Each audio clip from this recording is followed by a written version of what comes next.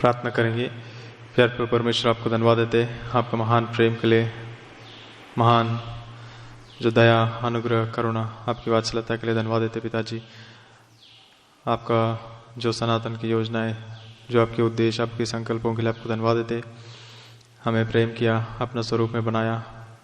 आप महान परमेश्वर होकर अति महान परमेश्वर, अति ऊंचे स्थानों में रहने वाला अद्भुत परमेश्वर, पवित्र परमेश्वर, युगान युग जीवित रहने वाला परमेश्वर, हमेशा आपकी महिमा स्तुति होती रहती।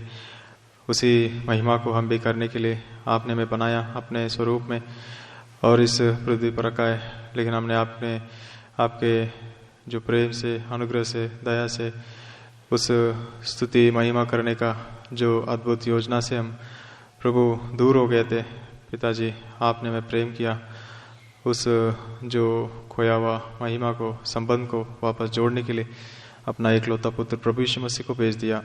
प्रभु यीशु मसीह का प्रेम, बलिदान, समर्पण, नम्रता, दीनता, शून्यपन के द्वारा अपने आप को समर्पण करके उस पवित्र लहू को बहाने के द्वारा उस पवित्र लहू से मैं धोकर शुद्ध किया, पवित्र किया, अपना बनाया। आपको धन्यवाद देते। आपकी दया, आपके संकल्प, आपकी महिमा, आपका महान उद्देश्यों के लिए आपको हृदय से धन्यवाद देते। आपने दिया उस महान उद्धार के लिए कलवरी क्रूस पर उस कार्य को पूरा किया, आपको धन्यवाद देते। मृत्यु पर जय पाया, शैतान को प्रभु कुचल दिया, सिर को धन्यवाद देते। हमें उस जयवंत जीवन में अभी अगुवाई करो, इसके लिए धन्यवाद देते। हमें राजा और याजक बनाया, धन्यवाद देते। आपका गवाही बनाकर रखा, धन्यवाद देते। इस रीति से आपने हमें प्रभु स्थापित किया आपका जीवन में, आपके प्रभु यीशु मसीह में, आपको धन्यवाद देते पिताजी। आपकी दया, आपकी संकल्प, आपकी करुणा, आपकी वात्सल्यता, आपके अद्भुत कामों के लिए आपको हृदय से धन्यवाद देते। आज तक आपने हमें अनुग्रह दिखाया, दया दिखाया, संभाला, सुरक्षित रखा, धन्यवाद देते। किसी भी विषय में योग्य नहीं है, किसी भी आशीष के लिए पात्र नहीं है, कोई भी प्रकार का प्रभु जो अच्छाई नहीं है, केवल आपकी दया अनुग्रह से जीवित है। कितने लोग आज के दिन को देख नहीं पाया, लेकिन आपने हमें जीवित रखा ताकि हम आपके लिए जी सके, महिमा कर सके और आपको ऊंचा कर सके। प्रभु संपूर्ण रीति से आपके चरणों में आते हैं आज के दिन के लिए।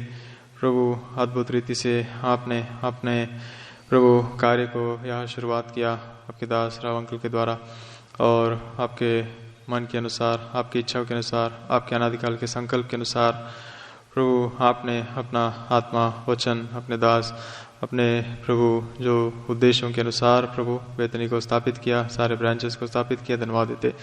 हर एक छोटी मंडली, बड़ी आजू बाजू में हर एक प्रभु झारखंड उड़ीसा सभी ब्रांचेस को प्रभु याद करते हुए आपको धन्यवाद देते। हर एक जगहों पर प्रभु आपकी उपस्थिति रखा, आप ही संपूर्ण महिमा पर है, धन्यवाद देते।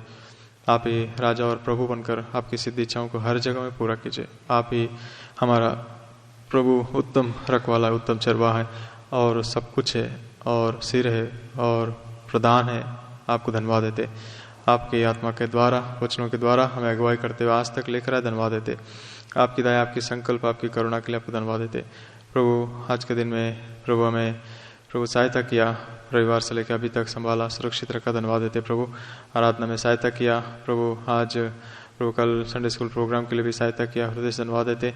और प्रभु जो वचनों को बोया गया संपूर्ण आशाओं को ढेल दीजिए। प्रार्थना मीटिंग के द्वारा आप जी प्रभु हमसे बातें कीजिए, हमारा जीवनों को हम संपूर्ण समर्पण करके, पश्चाताप करके आगे बढ़ सके और अपने आप को समर्पण कर सके, नया बनते जा सके, आपके लिए साक्षी बनकर आगे बढ़ने में सहायता कीजिए। और गीतों के द्वारा, वचनों के द्वारा आप हमसे बातें कीजिए। एक दास को प्रभु हमें आपका लहू से धोकर शुद्ध कीजिए, पवित्र कीजिए, आपके क्रूस के पीछे रखे उपयोग कीजिए। आप ही दया कीजिए, आप ही संपूर्ण महिमा पाइए। जो अस्त व्यस्त बीमार है उन सबको आपके चरणों में रखते, आपके बलवंत हाथों से छूकर चंगाई कीजिए। हिर्मिया 33:6 के अनुसार अनुग्रह दिखाए। जो बुजुर्ग अवस्था में सभी बड़े अंकलों आंटियों को आपके आत्मा सुनते सभी को सुरक्षित रखे, संभाल करके आशीष कीजिए, अच्छा स्वस्थ चंगाई में रखे प्रभु। और हम खास प्रार्थना करते चक्रधरपुर में राजन अंकल के लिए, कल परसों चक्कर आके गिर गया, हॉस्पिटल में उन्हें एडमिट किया गया। प्रभु ने संपूर्ण चंगाई दीजिए, अनुग्रह दिखाइए पूर्ण रीति से प्रभु। एक तरफ कोरोना वायरस का भी पेशेंट्स है हॉस्पिटल में, आप उन्हें बचा कर रखे, आप ही दया दिखाइए। और भाई विमल को हम याद करते, बोन टीवी से संपूर्ण चंगाई दीजिए, अनुग्रह दिखाइए। भाई फिलिप का परिवार को पूर्ण सांत्वना दीजिए और उधर कोई हमला ना हो, आप ही बचाइए, सहायता कीजिए, दया कीजिए, आपकी सिद्ध इच्छा पूरा कीजिए।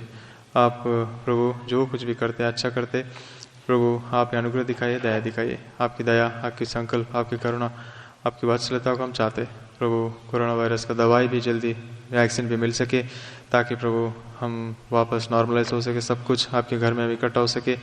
प्रभु आपके लिए हम प्रभु खुशी से आगे बढ़ने में आपको स्तुति आराधना करते हुए आप ही दया कीजिए, अनुग्रह दीजिए।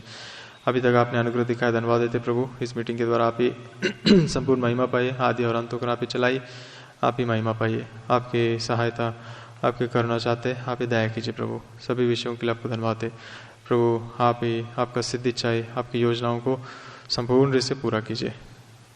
Light system, mic system, recording system, सब विषय में आप अनुग्रह दिखाई, दया दिखाइए, आप ही सहायता कीजिए प्रभु। वाइटाइटिस को सब कुछ संभालने में आप ही दया कीजिए। हर एक विषय के लिए धन्यवाद देते प्रभु। आप हमारा बीच में रहिए, संपूर्ण महिमा पाइए, राजा और प्रभु बनकर आपकी सिद्ध इच्छा को पूरा कीजिए। आत्मा का संपूर्ण स्वेच्छा दीजिए, आपकी सिद्ध इच्छा योजनाओं को संपूर्ण रूप से पूरा कीजिए। हर एक विषय के लिए धन्यवाद देते हुए ये छोटी सी प्रार्थना आराधना प्रभु यीशु मसीह के नाम पे चढ़ाता हूँ, सुनो ग्रहण कीजिए पिताश्री, आमीन।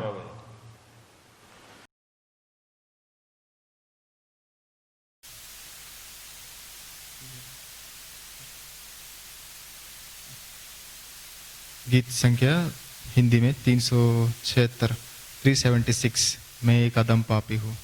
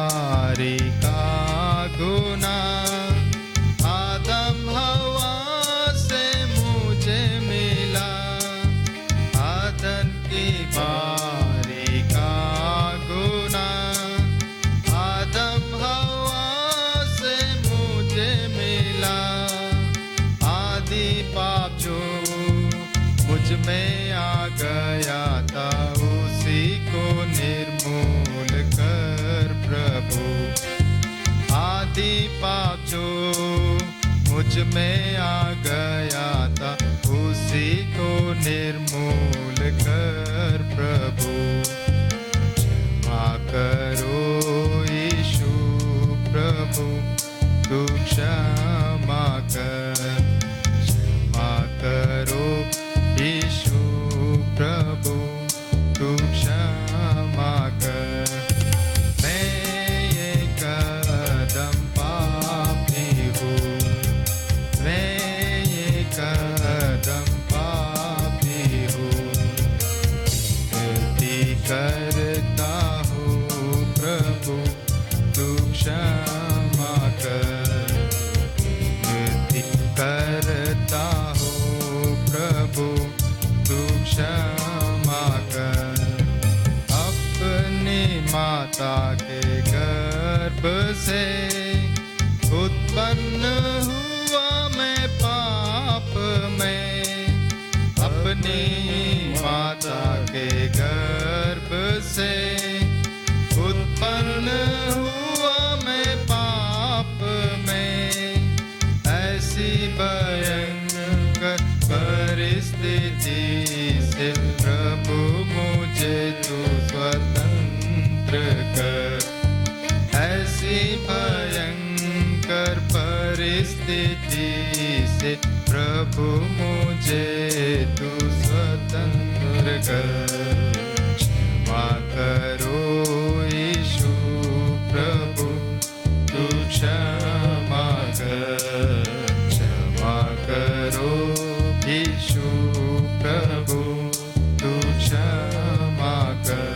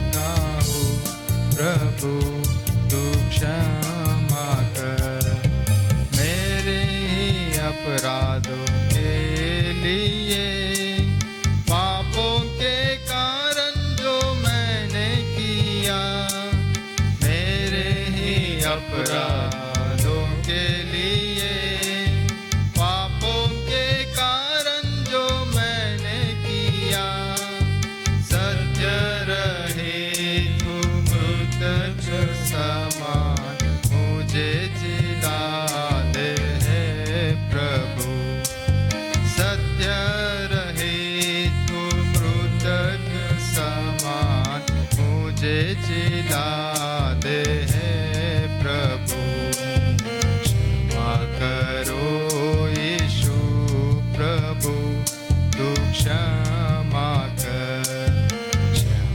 करो यीशु प्रभु तू क्षमा कर। मैं एकदम पापी हूँ, मैं एकदम पापी हूँ, विनती करता हूँ प्रभु तू क्षमा कर। विनती करता हूँ प्रभु तू क्षमा कर।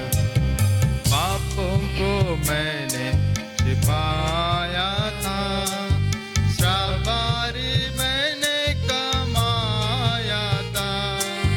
पापों को मैंने छिपाया था, श्राप बारी मैंने कमाया था। खतरे से निश्चय जीवन बिताया, यीशु तू तारण दे मुझे। खतरे से निश्चित जीवन बिताया, यीशु तू तारण दे मुझे। क्षमा करो यीशु प्रभु तू क्षमा कर। क्षमा करो यीशु प्रभु तू क्षमा कर। मैं एकदम पापी हूँ, मैं एकदम पापी हूँ, विनती करता हूँ प्रभु तू क्षमा कर। विनती करता हूँ प्रभु तू क्षमा कर। से तक ना कहीं भी कुछ आरोग्यता नहीं थी। से तक ना कहीं भी कुछ आरोग्यता नहीं थी। छोट और सड़े हुए गाँव साथ आया हूँ, हे प्रभु चंगाई दे मुझे। छोट और सड़े हुए गाँवों के साथ आया हूँ, हे चंगाई दे मुझे। क्षमा करो यीशु प्रभु तू क्षमा कर। क्षमा करो यीशु प्रभु तू क्षमा कर।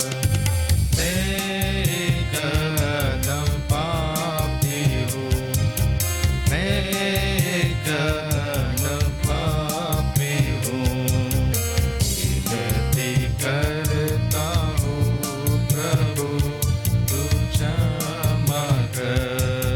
विनती करता हूँ प्रभु तू क्षमा कर। माया मोह से हृदय मोहित हो, देखने चला संसार को। माया मोह से मोहित हो, देखने चला संसार को। दाऊद की नाई जाल में फंस गया हूँ, प्रभु तू छुटकारा दे मुझे। दाऊद की नाई जाल में फंस गया हूँ, प्रभु तू छुटकारा दे मुझे। क्षमा करो यीशु प्रभु तू क्षमा कर। क्षमा करो यीशु प्रभु तू क्षमा कर। मैं एकदम पापी हूँ, मैं एकदम पापी हूँ,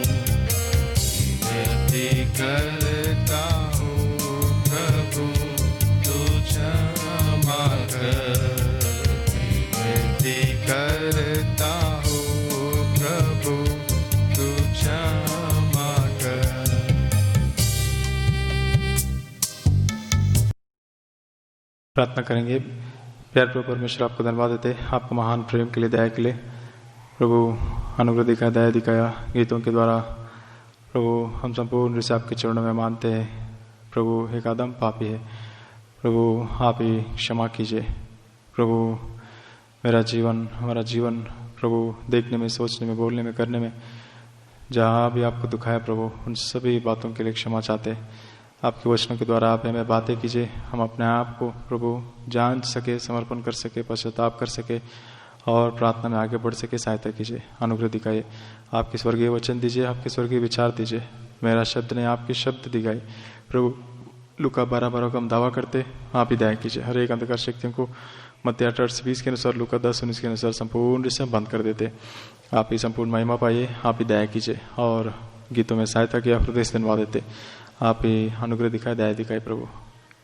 इन वचनों को आप ही आशीषित कीजिए, हमारे लिए आप ही बांट कर दीजिए, दया कीजिए प्रभु। ये छोटी सी प्रार्थना प्रभु यीशु मसीह के नाम पे चढ़ाता हूँ, सुनो ग्रहण कीजिए पिताश्री, आमीन।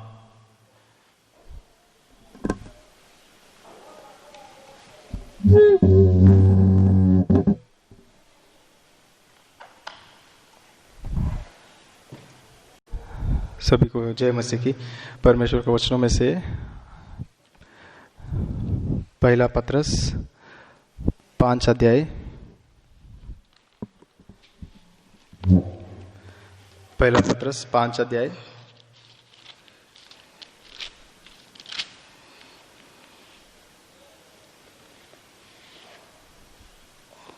8 वचन हम सब मिलकर पढ़ेंगे। पहला पत्रस 5 अध्याय 8 वचन।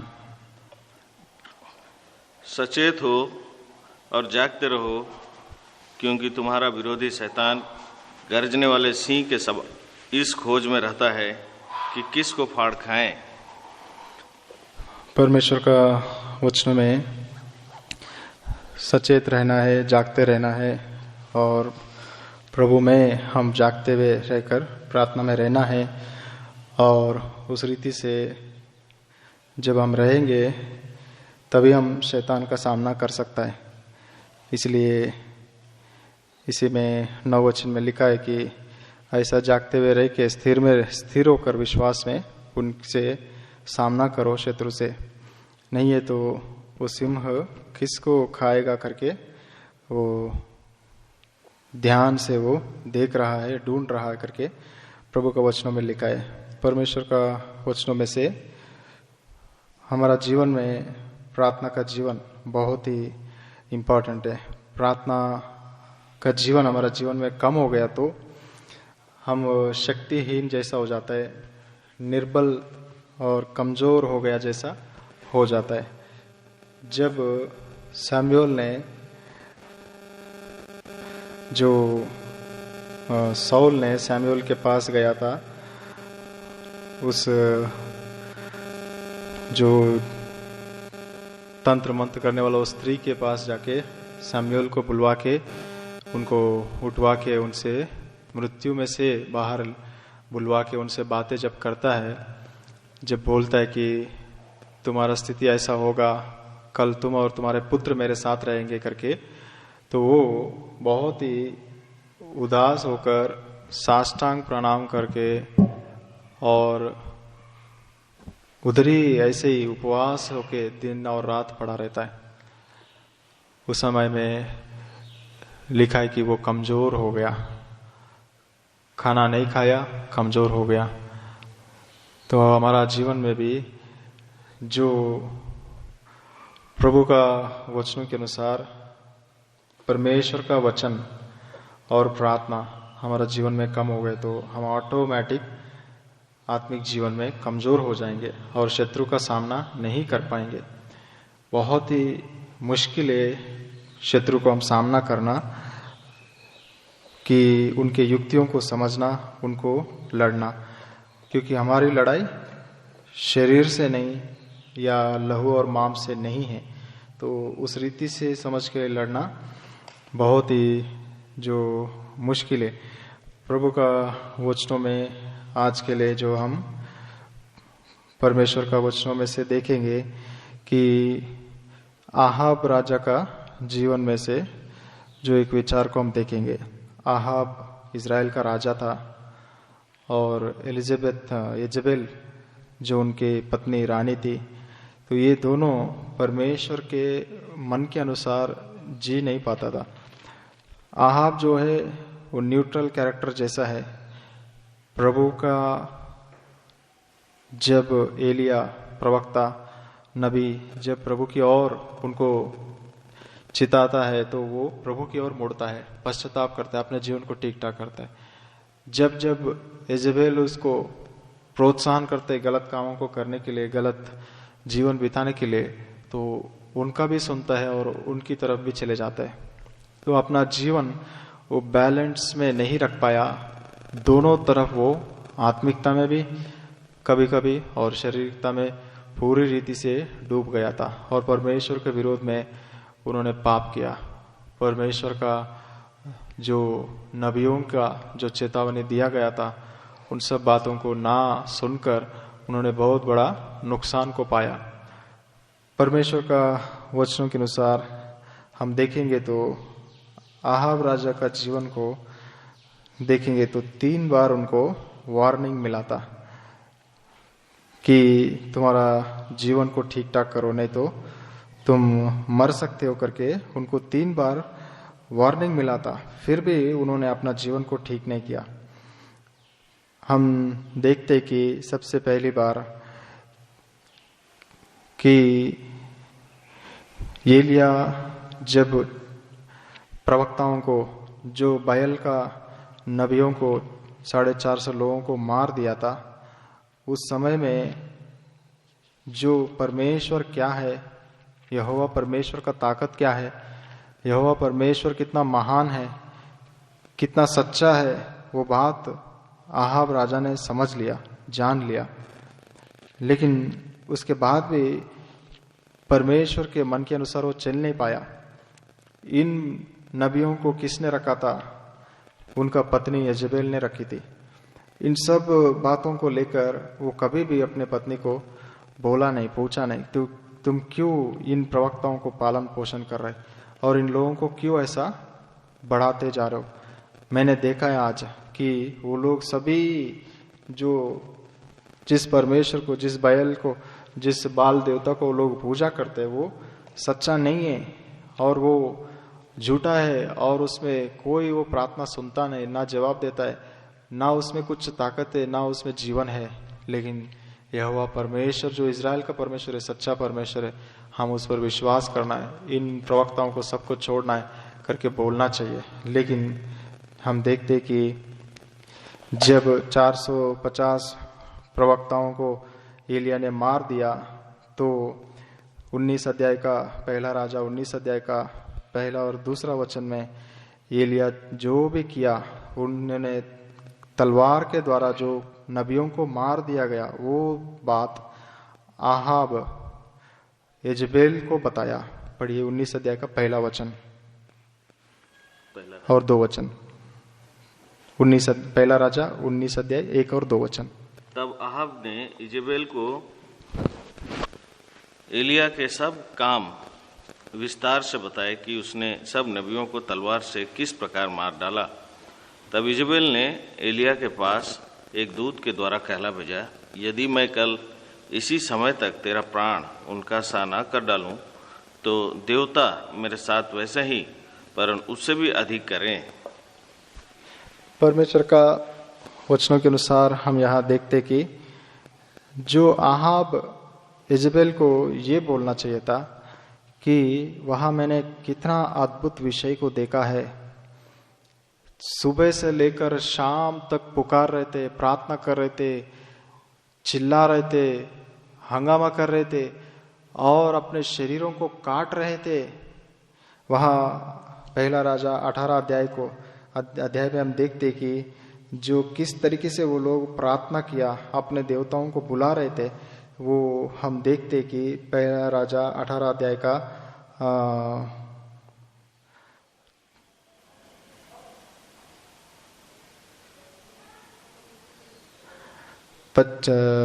26 वचन से उनकी जो प्रार्थना हम सुनेंगे तो उनको जो दिया गया, मेरी प्रार्थना, हमारी प्रार्थना सुनो करके प्रार्थना किया, लेकिन एक बात भी जवाब देने वाला कोई भी नहीं रहा। सेकंड, उसने क्या किया, वो लोग उस वेदी के सामने कूद मारने लगा। पढ़िए 26 वचन, पहला राजा 18 अध्याय का 26 वचन। तब उन्होंने उस बछड़े को जो उन्हें दिया गया था लेकर तैयार किया, और भोर से लेकर दोपहर तक वह यह कहकर बाल से प्रार्थना करते रहे, हे बाल हमारी सुन, हे बाल हमारी सुन, परंतु ना कोई शब्द और ना कोई उत्तर देने वाला हुआ। तब वे अपने बनाए हुए वेदी पर उछलने कूदने लगे। प्रार्थना किया, सुना नहीं, उछलने और कूदने लगे। ये निशान है कुछ अजीब सा जो गलत तरीकाओं को यहाँ हम देखते।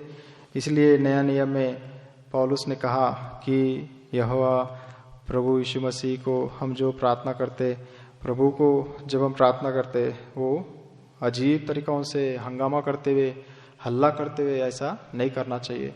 जो परमेश्वर हल्ला, ये सब हंगामा करना, ये सब को पसंद नहीं करते, उसका करता नहीं है करके लिखा हुआ है प्रभु का वचनों के अनुसार। यहाँ हम देखते वो लोग ऐसा प्रार्थना किया, कूद कूद के प्रार्थना किया, उछलने लगा।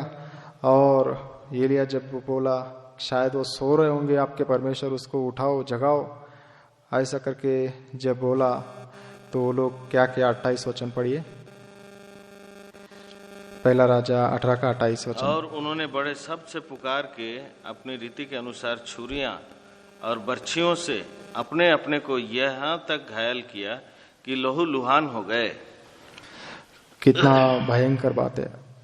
पहला विषय प्रार्थना किया, खुद के प्रार्थना किया। तीसरा जो जोर जोर से और चिल्ला चिल्ला के प्रार्थना किया। चौथा काट के लहू बहाते हुए प्रार्थना किया। फिर भी कोई भी 29 वचन में लिखा है, दोपहर से लेके शाम तक भी, अर्पण देने के समय तक इतना जो प्रकट करते गया, लेकिन एक बात भी जवाब देने वाला या जो ध्यान दिया हुआ कोई भी नहीं रहा।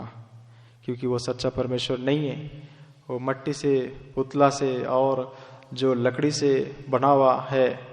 इसलिए रविवार का जो संदेश में हमने देखा था, एलिया उस गुफाओं में गया, पत्थरों का आसरा लिया। आदाम वो पेड़ों के आसरा लिया, पत्तों का आसरा लिया। और जो दाऊद वो मनुष्यों के आसरा लिया। तो तीनों को प्रभु ने दिखाया कि ये कुछ भी तुमको मदद नहीं करेगा। ये पत्ता सूख जाएगा, फिर से वो नंगापन दिखाई पड़ेगा, वो पत्थर टूट जाएगा, भूकंप आ जाएगा, आकाश और पृथ्वी मेरे सामने खड़ा नहीं हो सकता है। तीसरा, वो मनुष्य क्या करेगा, कुछ भी सहायता नहीं कर पाएगा। यहोवा परमेश्वर ही सच्चा परमेश्वर है, वही एक ही हमारा आश्रय है। इस रीति से हमें चलते जाना है।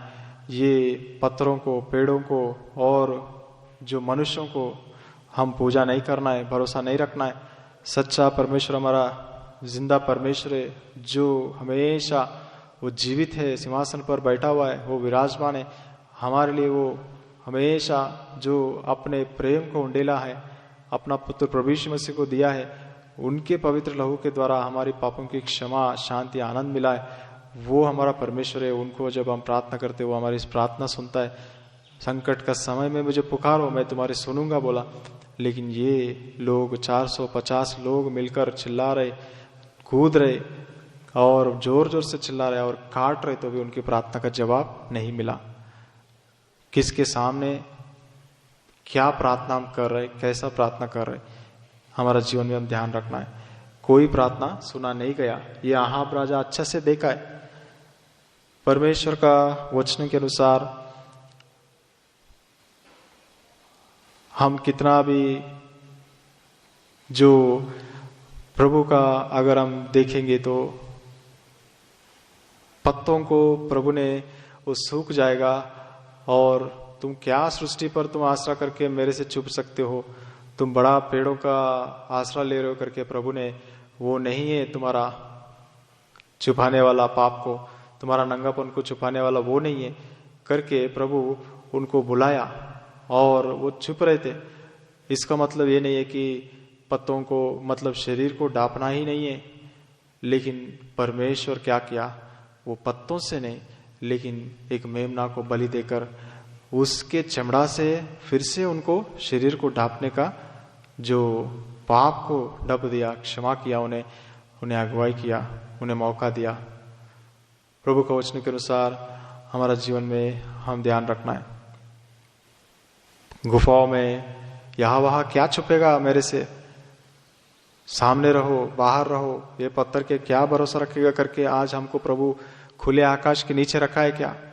वापस हमको वही पत्थरों के नीचे रखा है।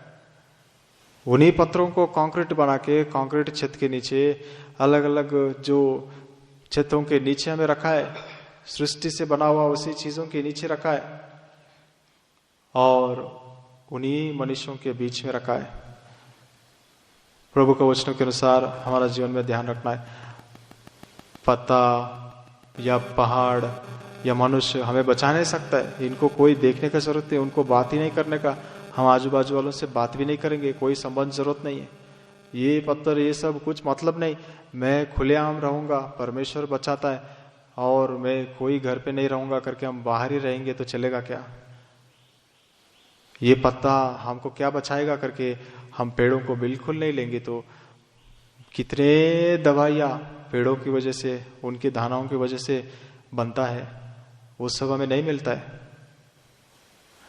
प्रभु के वचन के अनुसार भी हमारा जीवन में ध्यान रखना है। इसका मतलब ये नहीं कि हम बिल्कुल ये सृष्टि से कोई मतलब नहीं, कोई मनुष्य से मुझे कोई मतलब नहीं, ऐसा नहीं जीना है। प्रभु का नियमों को, प्रभु जो अधिकारियों को प्रभु ने रखा है, उनकी बातों को मानना है। जैसा कि एक विचार इसमें कि जो भी हमें बोलते, सोशल डिस्टेंसिंग कीजिए, हाथों को मिलाने में थोड़ा दूर रखिए, हाथ मत मिलाइए और थोड़ा सैनिटाइज करते रहिए। ये सैनिटाइज हमको क्या बचाएगा? परमेश्वर बचाने वाला करके हम बिल्कुल नहीं करेंगे तो वो गलत बात है।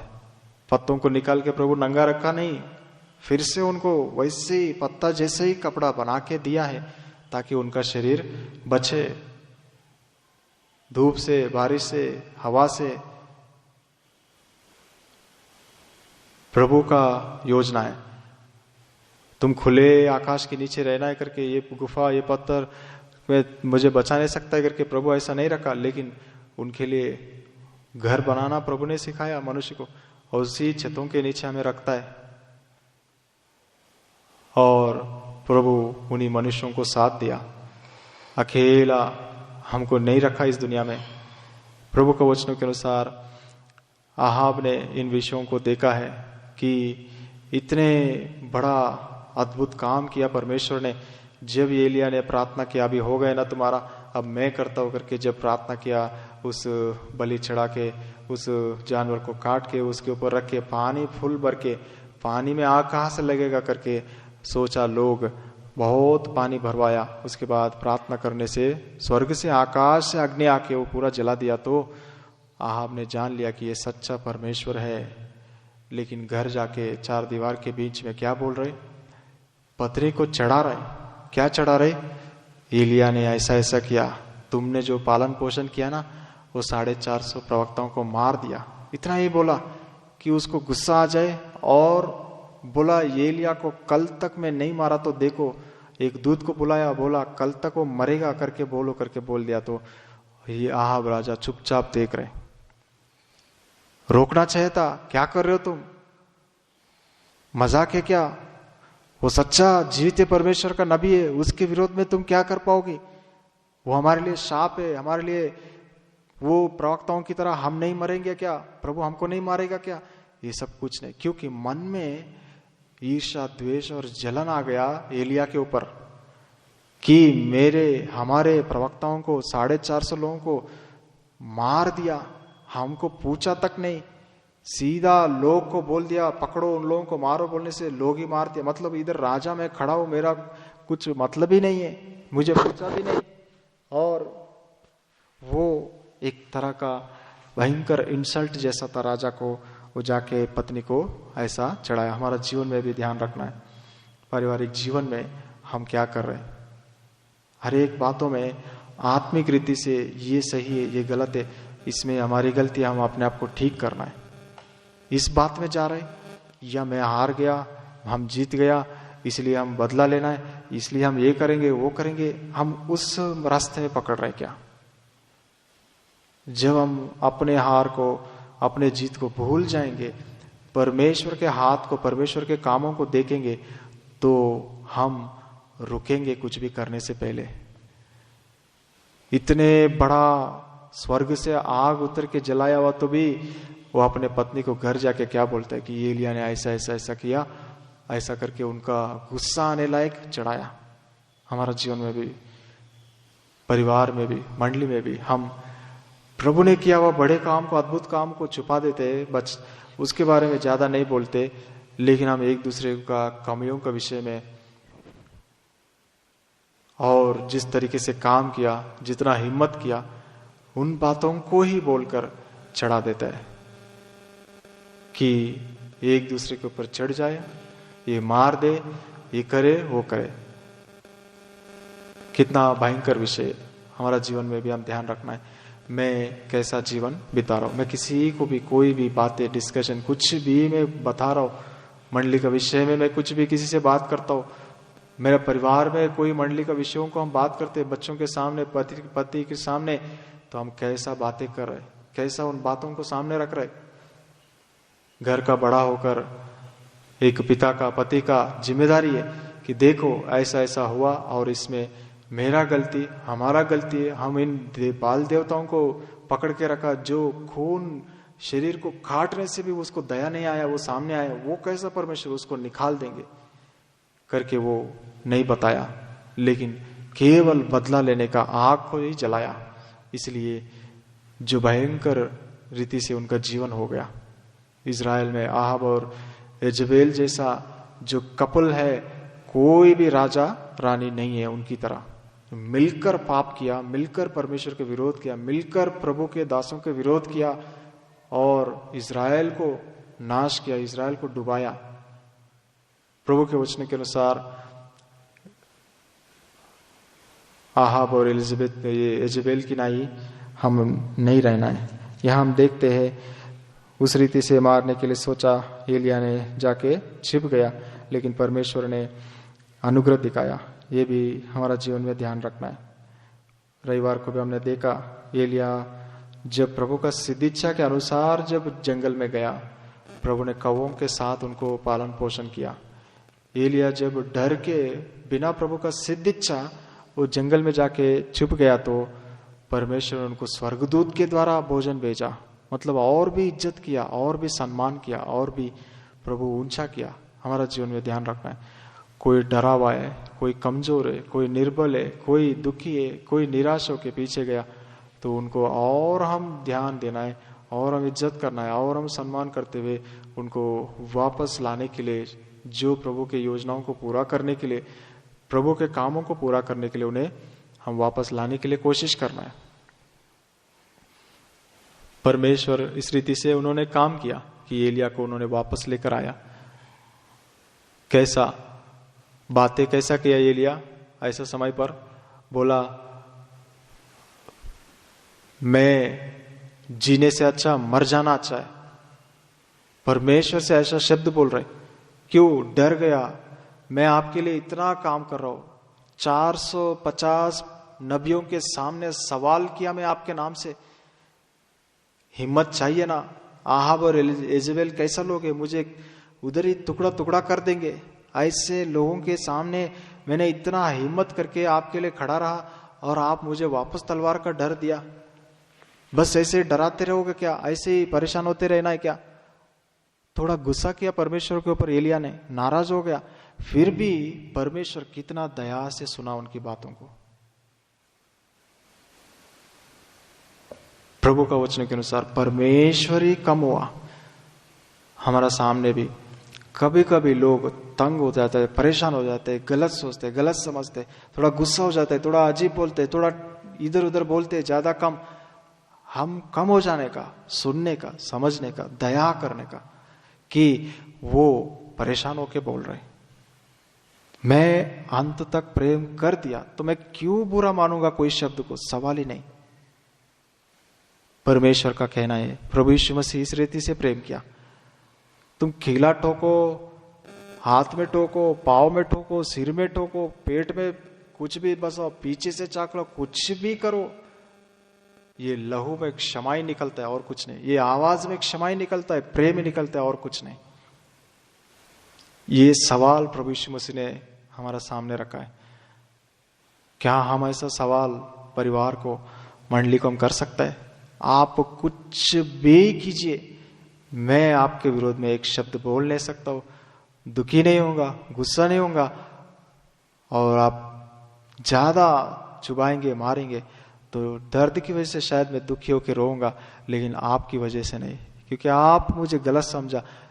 इज़राइल को मैं एक दिन गले लगाऊंगा, इज़राइल को मैं एक दिन अपनाऊंगा। आज वो लोग मुझ पर विश्वास नहीं किया, वचनों को, प्रतिज्ञाओं को, जो प्रवचन किया हुआ बातों को विश्वास नहीं किया, ध्यान से देखा नहीं, स्वीकार नहीं किया मुझे, कोई बात नहीं, लेकिन एक दिन स्वीकार करेगा। उस दिन के लिए मैं इंतजार करो। प्रभु यीशु मसीह इज़राइल पर भी आज तक वो आशा रखे देख रहे कि जब उनके आगमन होगा, वो इज़राइल जब पश्चाताप करेगा, उसके बाद उनको फिर से वो स्वीकार करेगा। प्रभु के वचन के अनुसार हमारा जीवन में हम कैसा है? कब तक हम ऐसे ही द्वेष करते रहेंगे? कब तक हम ऐसे ही एक दूसरे से घृणा करते रहेंगे? कब तक हम ऐसे ही, मैं ऐसा है तो प्रेम करूंगा, ऐसा नहीं तो प्रेम नहीं करूंगा? कंप्लीट प्रेम, प्रेम जो है शाश्वत प्रेम, संपूर्ण प्रेम का प्रमाण हम कब देंगे?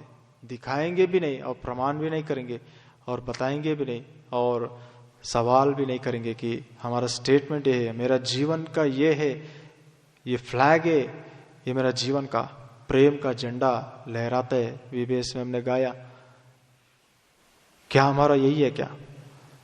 या कम्युनिस्ट पार्टी जैसा फ्लैग है क्या? अच्छा है तो अच्छा, बुरा है तो बुरा। जब तक आप अच्छा रहेंगे मैं अच्छा रहूंगा, लेकिन थोड़ा इधर उधर हो गए तो मैं सहन नहीं कर सकता। मैं बराबर करूंगा, मैं दोबारा करके दिखाऊंगा, मैं डबल करके दिखाऊंगा, मैं सबक सिखाऊंगा। प्रभु के वचनों के अनुसार हम इन बातों को छोड़ देंगे, प्रभु हम पर दया करेगा। प्रार्थना का वचनों के द्वारा, प्रार्थना का मीटिंग में प्रभु जो विचारों को दिया, इन बातों से हम अपने आप को समर्पण करना है कि आहाब और इज़बेल की नाई हम नहीं रहना है। जो भी ये सच्चा प्रेम, प्रभु यीशु मसीह का प्रेम को हम दिखाने के लिए प्रभु ने हमें जो उद्धार दिया, पापों की क्षमा दिया, वही प्रेम से हम जीने के लिए हम लोगों को जाके सुसमाचार बोलते यीशु आपके लिए प्राण दिया, और मंडली में आके अपने भाई के लिए इतना भी हम प्रेम नहीं दिखा पाएंगे तो वो प्रेम धोखा है करके प्रभु ने बोला। वो एक ही विषय है, सुसमाचार प्रभु ने अनुमति दिया, तुम गंदा मन रखे भी जाके करो वो काम, मैं स्वीकार करूंगा। कुछ तो कोई तो व्यक्ति उद्धार पा सकता है, क्योंकि वो उसमें क्या है, वो शब्दों में जीवन है, वो जीवन से वो उद्धार पाएगा। लेकिन वो स्थिर रहेगा और प्रभु के स्वरूप में बदलेगा, वो मुश्किल है। हमें देख के तो कभी नहीं बदलेगा। अगर हमारा जीवन ऐसा आहाब और एजेबेल की नहीं है तो, कि हम एक दूसरे को परेशान करने के लिए, दुखी करने के लिए और प्रभु से दूर करने के लिए, प्रभु के वचनों के अनुसार हमारा जीवन में हम ध्यान रखना है कि उस रीति का जीवन हमारा नहीं रहना चाहिए। उसके बाद हम देखते कि सीरिया का जो राजा बेन्हदद धमकी देता है आहाब को कि ऐसा ऐसा मैं मारने वाला हूं, तुम लोग अपने आप को सरेंडर करो। 20 अध्याय पहला राजा में तो बड़ों से पूछता है आहाब, तो आहाब बड़े लोग बोलते हैं आप बिल्कुल मानो मत, अपने आप को समर्पण मत करो, हम युद्ध करेंगे। तो वो युद्ध के लिए तैयार हो जाता है। और उस समय में यहोवा एक नबी को भेज के एक बात बताता है कि इतने बड़े झुंड को तुम देखा है ना 13 वचन में 20 अध्याय का, मैं यहोवा करके तुम जानने के लिए उन सबको मैं तुम्हारे हाथ में दूंगा। कितने बड़ी बातें, अपनी आंखों से देखा एलिया ने इतने बड़े काम किया, उसको मन में भी नहीं लिया, देखा आंखों से बस चले गया। लेकिन एलिया को मरवाने के लिए इजबेल को चढ़ाया। इसलिए परमेश्वर फिर से एक मौका दिया, बेन्हदद को उठाया उनके ऊपर, और ऐसा समय में बोला है कि मैं तुम्हारे को सहायता करूंगा, पूरे उन लोगों के ऊपर जय दूंगा, तुम जानेगा यहोवा सच्चा परमेश्वर है। तो उस रीति से जब वो लोग युद्ध करता है वो भयंकर रीति से चले जाता है, जीत पा जाता है। तो बोला है 1 साल के बाद वो लोग फिर से आएंगे तुम्हारा ऊपर, तुम ध्यान से रहो। 1 साल के बाद सच में बेन-हदद फिर से चढ़ के आ गया। तो उस समय में भी परमेश्वर ने बोला, वो लोग ने सोचा कि यहोवा उनका परमेश्वर पहाड़ों का परमेश्वर है, पहाड़ में हम जीत हार गया, इस बार हम उनको गहराई में ले जाएंगे, वहां युद्ध करेंगे, वहां उनका परमेश्वर सहायता नहीं करेगा। तो परमेश्वर क्या बोलता है, पहला राजा 20 अध्याय का 28 वचन पढ़िए। तब परमेश्वर के उसी जन ने इस्राएल के राजा के पास जाकर कहा, यहोवा यूं कहता है, अरामियों ने यह कहा है कि यहोवा पहाड़ी देवता है, परंतु नीची भूमि का नहीं है। इस कारण मैं उस बड़ी भीड़ को तेरे हाथ में कर दूंगा, तब तुम्हें ज्ञात हो जाएगा कि मैं यहोवा हूं। कितना भयंकर बात है। वो गहरी स्थानों का भी परमेश्वर करके बताने के लिए मैं ऐसा करूंगा, उनको दूंगा करके बोला है। यहां तक अगर हम देखेंगे तो आहाब का मन ठीक है क्या परमेश्वर की ओर? नहीं है। न प्रभु के दासियों की ओर नहीं है। लेकिन परमेश्वर और एक नबी को बेच के, एलिया को भेजने से सुनेगा नहीं, इसलिए दूसरा एक नबी को बेच के हमें बात किया। प्रभु हमसे लगातार बात करता है, ऐसे ही नहीं छोड़ते। पुराना नियम में प्रभु इतना दया दिखाते हुए लेकर आया, आज हमें इतनी अनुग्रह का समय में प्रभु का प्रेम को हम टुकराएंगे, प्रभु के मन के अनुसार, इच्छा के अनुसार नहीं चलेंगे तो बहुत मुश्किल है। उस समय में भी परमेश्वर जीत देता है जब गहरी स्थानों में आके हमला करता है। लेकिन आहाब ने गलती किया। सेवक लोग जो है शत्रु का, उन्होंने बोला इज़राइल के राजा लोग बहुत करुणा दया दिखाता है करके सुना है, अगर आप हाँ बोलेंगे तो हम टाट ओढ़ कर जाके राजा को बोलेंगे बेन-हदद सीरिया का राजा आपसे दोस्ती करना चाहता है और वो शांति बनाना चाहता है। बोलने से बोलता है बेन-हदद मेरा दोस्त है, मेरा भाई है, उसको बुलाओ। बुलाता है, अपने रथ में चढ़ाता है। आखिरी वचनों में इस अध्याय में जो 32 से 34 तक उनको रथ में चढ़ा के उनको बोलता है बेन-हदद मैं वो शहरों को आपको वापस दे दूंगा, आप अपने महलों को बनाओ, कुछ भी बनाओ। ये करने से ठीक है, तुम अपने जाओ, वापस जाके तुम जी लो करके उनको छोड़ देता है। परमेश्वर ने देश को नाश करने के लिए बोला, उसको छोड़ दिया। तो और एक नबी को बेच के बोलता है जिस तरीके से तुमने छोड़ दिया उसी तरीके से तुमको मार दिया जाएगा। प्रभु के बातों को तुमने नहीं सुना। परमेश्वर के बातें हम कैसा मानना है, यहाँ हम देखते कि 35 से 38 वचन तक हम देखते कि एक प्रवक्ता, एक नबी अपने शिष्यों को बोला कि मुझे मारो, तो उन्होंने नहीं मारा। तो बोला तुम नहीं मारा, यहोवा के बात नहीं सुना, इसलिए सिंह तुमको खाएगा। तुम यहां से जाते, वो बाहर जाते सिंह उसको खा लेगा। कितना भयंकर बात है। दूसरे को मारो बोलता है, मारता है। तब वो ऐसे अवस्था में जाके राजा को मिलके ये बात को बताता है कि मैंने एक पकड़ा था, उसको छुपा के रखने के लिए कोशिश किया, लेकिन वो भाग गया, तो तुम अपने आप को न्याय कर लिया करके बोलता है। तब बोलता है परमेश्वर यहोवा ने आपसे भी यही उम्मीद रखा, लेकिन आपने शपित किया हुआ उस मनुष्य को अपने हाथ से तुमने जाने दिया, इसके लिए उनके प्राण के बदले में तुम्हारा प्राण दिया जाएगा। राजा को बोला। तो इज़राइल राजा क्या किया, 43 वचन आखिरी वचन में गुस्सा होकर मुंह छोटा करके अपने नगर में चले गया। पहला वार्निंग, मृत्यु का योग्य तुम इस रीति से मरेगा करके बोला। उसके बाद अपना जीवन को ठीक ठाक करना चाहता, उन्होंने नहीं किया। दूसरी बार हम देखते 21 अध्याय में कि एक व्यक्ति नाबोद करके है, उसकी जो दाख का खेती को लालच करता है, मांगने से बोलते मेरा पूर्वी लोगों का है राजा, ये मैं नहीं दे सकता हूँ बोलता है। फिर से वो मुंह टेढ़ा करके लेटा रहता है। तो पत्नी जाके पूछता है क्या चाहिए, क्यों ऐसा बैठे हो? बोलने से वो मेरे को ऐसा बोला, नहीं दूंगा बोला, मैं मांगा तो अरे तुम तो राजा है, तुम ऐसा बैठने से कैसा, अपने हाथ में जो स्टैंप है वो मुझे दे दो, मैं करके दिखाऊंगा।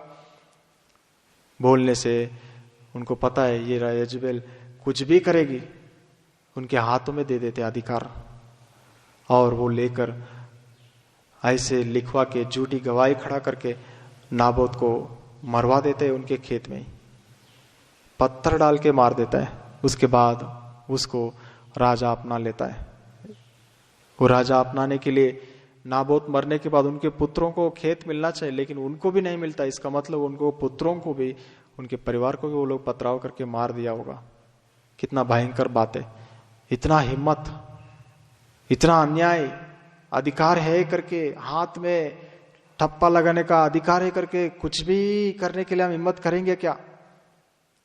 प्रभु का घर में भी, प्रभु का कामों में भी हमें अधिकार है करके हम किसी को भी मार डालने का, नीच कर देने का, तुच्छ मानने का, बिना प्रेम हमारा जीवन है तो हम प्रभु को जवाब देना है। अपने घरों में प्रभु ने दिया हुआ परिवार को हम इस रीति से, तुच्छ रीति से देखेंगे और बहुत ही भयंकर रीति से हम बर्ताव करेंगे तो प्रभु हमें छोड़ता नहीं, उन बातों को याद रखता है। एक व्यक्ति को विरोध में जो किया उसके लिए परमेश्वर ने बोला, जैसा नाबोत का लहू उस खेत में बहाया गया और कुत्ता ने उस लहू को छाटा है, उस रीति से तुम्हारा लहू भी यही खेत में बहेगा और कुत्ता आके उस लहू को पिएगा।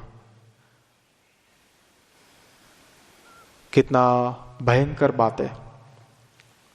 प्रभु ने जब एलिया को मारने के लिए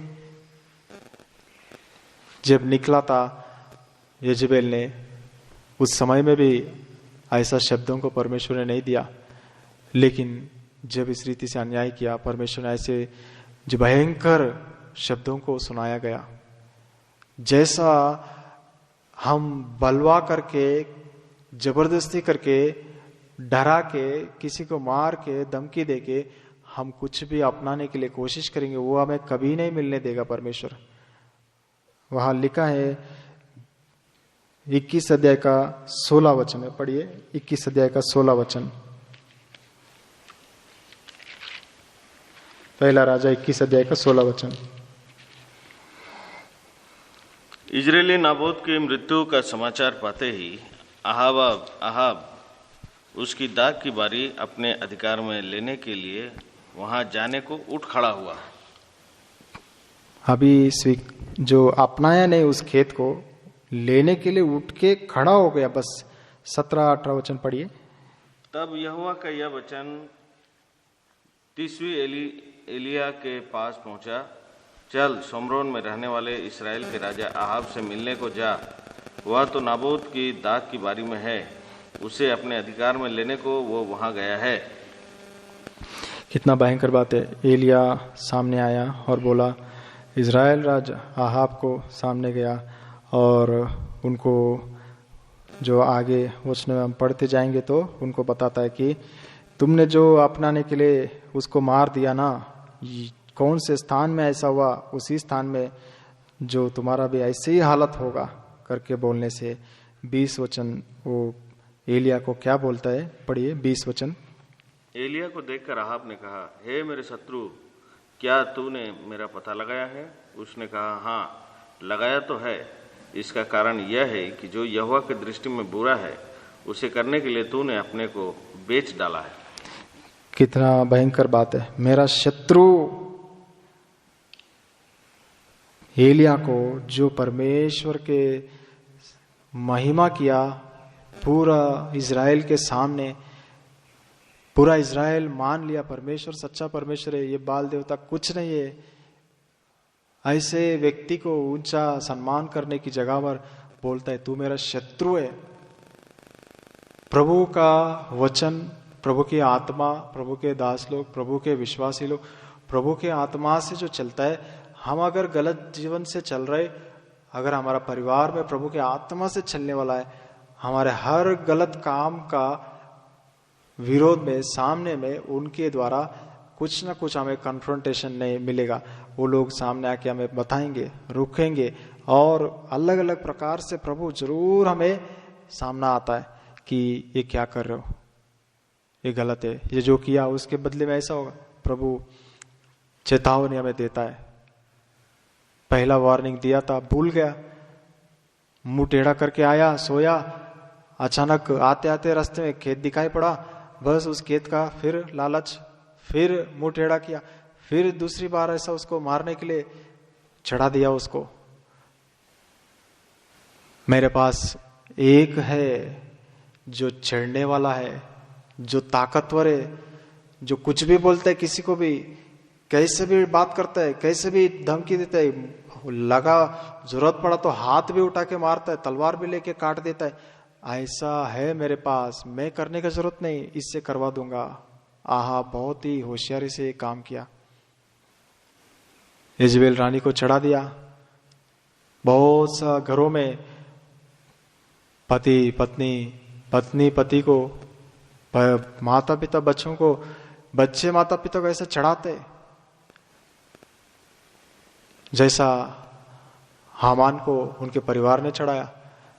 एक काम करो तुम, उसके लिए फांसी का ये करो, उसको राजा से बात करके सबके सामने फांसी लगवा दो। ऐसा परिवार भी रहता है। प्रभु के वचन के अनुसार बहुत ही ध्यान से रहना है। मेरे विचार अंदर गुस्सा आ रहा है, द्वेष आ रहा है, ऐसे विचारों को ये बराबर मिला के बात कर रहे, मुझे चढ़ा रहे, गुस्सा करने के लिए, झगड़ा करने के लिए, चढ़ाई करने के लिए। ऐसे लोगों से अपने परिवार में तो भी हाथ जोड़ने का। आप थोड़ी देर चुप रहिए, मैं अंदर जाके प्रार्थना करता हूं, परमेश्वर क्या बोलते हैं मैं वो करता हूं। क्यों मुझे चढ़ा रहे? मैं ऑलरेडी गुस्सा करो और आप और मुझे चढ़ा रहे। पत्नी को, परिवार को बोलना है, मत चढ़ाइए मुझे गुस्से में, मैं और गुस्सा होके जाके और बुरा करूंगा, हमेशा याद रखने वाला काम करूंगा, पूरे कभी भी मैं सिर नहीं उठा सकता, ऐसे काम कर सकता हूं, मुझे मत चढ़ाइए। हम बोलना है, या ना सुनकर बाहर चले जाना है, हम बचेंगे। गुस्सा आया तो लकड़ी ढूंढो या मारने के लिए बाहर चले जाओ, लकड़ी लेके आ जाओ, बोलता है, ताकि वापस आने तक हमारा गुस्सा पूरा ठंडा हो जाएगा। प्रभु के वचन के अनुसार हमारा जीवन में ध्यान देना, ये उस तरीके से हम एक दूसरे को चढ़ाते रहेंगे। ये करेगा बराबर, इसको थोड़ा चढ़ा देंगे, देखो जाके कितना बोलता है, क्या क्या करता है। लेकिन शाप कहां से शुरू हुआ? इजबेल से नहीं शुरू हुआ, आहाब से ही शुरू हुआ। आहाब को बोला, तुम पत्नी के द्वारा बड़ा काम करके ले लेते हो, ये सब तो मैं नहीं कर सकता हूं, मैं कैसा करूं, किसी को कैसा मरवाओ, किसी को कैसा ये षड्यंत्र बनाओ, ये सब मेरे से नहीं होगा, करने वाला है उससे करा देता हूं, लेकिन अपनाने के लिए मैं जाता हूं पहला। वो दाग मत दो, वो दाग चाहिए मुझे, कितना अच्छा है, वो खेती पूरा मुझे चाहिए, ये पूरा अपना लेता हूं। मैं हम करके जितना हम करेंगे, प्रभु बीच में खड़ा रहेगा। क्या अपनाने के लिए जा रहे हो? वो मिलेगा ही नहीं, मिलने ही नहीं दूंगा मैं। प्रभु के वचन के अनुसार हमारा जीवन में ध्यान रखना है कि मेरा जीवन कैसा है। झूठी गवाहियों को खड़ा करके, चिल्ला चिल्ला कर बोल के पूरा परिवार को नाश कर दिया। प्रभु यीशु मसीह हमारे लिए उसी रीति से झूठी गवाहियों को खड़ा करके आखिरी में चिल्लाया। कितने प्रश्नोत्तर करने से भी, कितना राउंड्स इंट्रोगेशन करने से भी एक पाप भी प्रभु में नहीं पकड़ पाया, क्योंकि उन्होंने जो भी किया प्रेम से किया, और उनका हर एक बात, हर एक काम, हर एक विषय, हर एक हिलना डुलना, सबके पीछे मन में प्रेम एक था और परमेश्वर की इच्छा था, परमेश्वर की योजना, परमेश्वर का आज्ञा था। इसलिए वो उनकी बातों से, उनके कार्यों से कभी बहुत अच्छा लगता था, कभी बहुत बुरा लगता था, कभी बहुत अजीब लगता था, फिर भी प्रभु ने वो प्रेम से किया। इसलिए ना पिलातुस, रोमन गवर्नमेंट, उन दिनों में बहुत ही भयंकर और बहुत ही हाईएस्ट रेंज का वो गवर्नमेंट है, ऐसे गवर्नमेंट इंट्रोगेशंस का राउंड्स करने से भी इनमें एक पाप भी नहीं है करके सबके सामने बोला गया। बलवा करके, जबरदस्ती करके, झूठी गवाही खड़ा करके, या अपने आप को ये किया, परमेश्वर किया, ऐसा वैसा बोल के प्रभु को मरवा दिया। प्रभु के वचन के अनुसार हमारे लिए भी यही मार्ग है। प्रभु के लिए अपना जीवन को बलिदान करना, प्रभु का मंडली के लिए अपने गवाही को, अपना जीवन को समर्पण करना। प्रभु इस दुनिया को कैसा छोड़ के गया, बिना शब्दों से, बिना आवाज, बिना दोष लगाते हुए, बिना चिल्लाते हुए, एक को भी उन्होंने एक शब्द भी दोष लगा के ये नहीं बोला। सच्चे क्रूस उठाने वाला, सच्चे क्रूस में मरने के लिए समर्पण करने वाला, प्रभु यीशु मसीह की तरह जीने वाला, किसी के ऊपर दोष नहीं लगा। वो पतरस ने मुझे ये किया, यूहन्ना को बोलता था पूरा रिकॉर्ड, हे यूहन्ना तुम मुझे प्रेम करते हो, लेकिन वो पतरस को याद रखो उन्होंने क्या किया, 3 बार इनकार किया रात को, उनको बिल्कुल मत लेना। यूहन्ना वो योदा मेरे को पकड़ाया, उस दिन रात को मैं सबके सामने नहीं बोल पाया, लेकिन अभी अकेला तुम खड़े पूरा बोल रहा हो, सुनो। ये नहीं किया उन्होंने, अपने माता की जिम्मेदारी दिया, हे स्त्री ये तुम्हारा बेटा है आज से, हे बेटा, हे योहन आज से ये तुम्हारी माँ है, मेरी माँ थी वो, मैं देखभाल करती थी, मैं ध्यान रखता था, सेवा में कितना भी बिजी हो उनको ध्यान रखता था मैं, आज से वो काम तुम करो। माता पिताओं को हम सम्मान नहीं करेंगे, ध्यान नहीं रखेंगे, देखेंगे नहीं, ये लोग मेरे लिए सिर दर्द है, हेडेक है, ये लोग मर जाने से अच्छा है, ऐसे विचार भी हमारा अंदर आता है, बोझ हो जाता है। कैसा हम आराम से जी पाएंगे, कैसा ये चलेगा वैसा चलेगा, ऐसा हमारा जीवन है, तो हम प्रभु को जवाब देना पड़ेगा।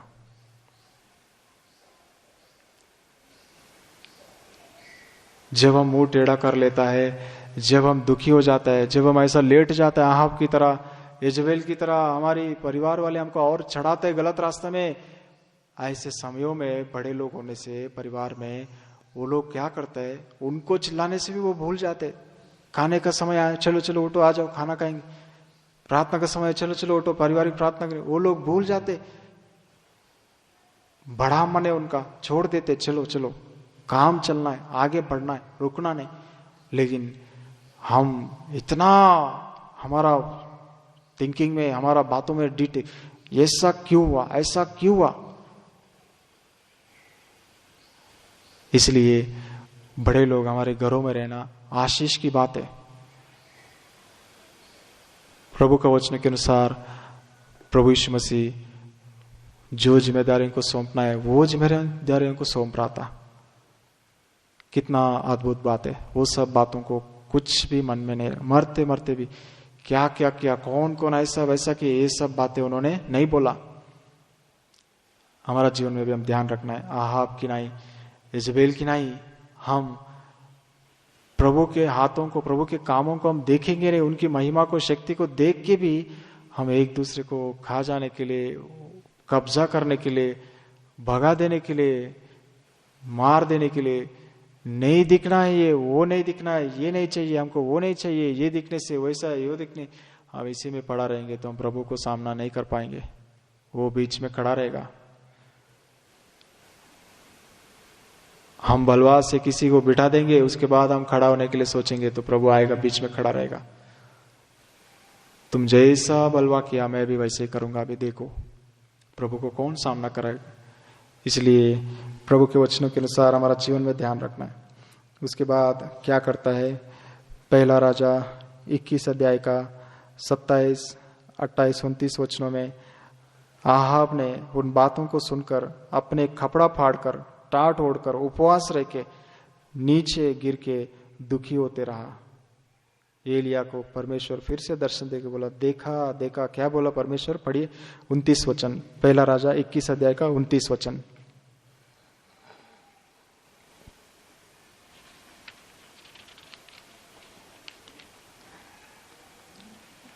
पहला राजा 21 अध्याय का 29 वचन, 29, 28 तक है।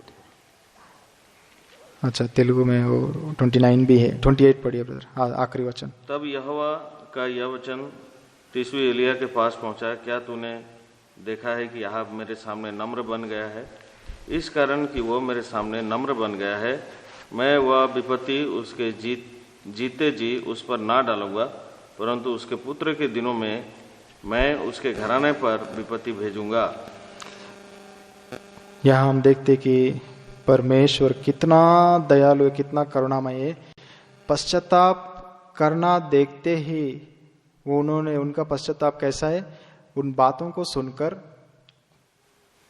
पत्नी को ना पूछा, लेकिन अभी इंडिविजुअल व्यक्तिगत रीति से परमेश्वर के सामने गया, वस्त्र पाड़ा, टाट ओढ़ा, उपवास रह के नीचे पड़ा रहा दुखी होकर, एक राजा होकर। जब नम्र हुआ, परमेश्वर ने थोड़ा समय दिया, गैप, 3 साल शांति दिया। लेकिन यहाँ शब्दों को अगर हम देखेंगे तो उनका दिनों में ऐसा नहीं होने दूंगा, उनका पुत्र का दिनों में ऐसा होने दूंगा बोला। लेकिन उसके बाद 22 अध्याय में परमेश्वर खुद ही जो आहाब को मारने के लिए स्वर्ग में प्लानिंग करता है। जब परमेश्वर ऑलरेडी बोल दिया उनको नहीं मारूंगा, वो पश्चाताप कितना नम्र हुआ देखो, बाद में मैं करूंगा। ये क्या है, क्यों ऐसा किया? जब परमेश्वर ऐसा बोला मैं नहीं करूंगा बच्चों का, उनके पुत्रों का समय में ऐसा करूंगा करके, तो छोड़ देना चाहिए। लेकिन उसको तुरंत 22 अध्याय में वो मर जाता है और उसका खून कुत्ते पीता है। ऐसा क्यों हुआ? क्योंकि वो पश्चाताप जो है वो सच्चा पश्चाताप नहीं था। उस समय के लिए बस खाली दिखावट जैसा था। सच्चे रीति से जब हम अपने कामों को, अपने पापों को कबूल करेंगे, मानेंगे, तो परमेश्वर हम पर अनुग्रह करता है, दया करता है, क्षमा करता है। जरूर उन बातों को छोड़ देना है। नीति वचन 28 का 13 वचन में लिखा है, यदि हम अपने पाप, जब हम अपने पापों को कबूल करेंगे और उन्हें छोड़ देंगे, वो जरूर क्षमा पाएगा, दया पाएगा। लेकिन हम कबूल नहीं करेंगे और छोड़ेंगे नहीं, लेकिन बस नाटक करेंगे, धूल डालेंगे, टाट ओढ़ेंगे, ऐसा करेंगे, तो हमें कोई भी क्षमा नहीं मिलेगा। जब निनवे का शहर को परमेश्वर नाश करने के लिए सोचा, वो लोग भी तो यही किया, उपवास रहा, टाट ओढ़ा, दुखियों के, नम्रों के बैठा। 1,20,000 को मारने का परमेश्वर रोक दिया, नहीं मारा। तो यहां आहाब को क्यों मार दिया? क्योंकि वो सच्चा पश्चाताप नहीं था। ढोंगीपन का पश्चाताप परमेश्वर का क्रोध से हमें नहीं बचाएगा। दिखावट का पश्चाताप, दुखी होके, टाट ओढ़ के, नीचे गिर के, रो के परमेश्वर को पूर्ण मन नहीं दिखाया, लेकिन बार बार से किया। तो परमेश्वर बोला, देखा देखा, क्या बोल रहे एलिया को, देखो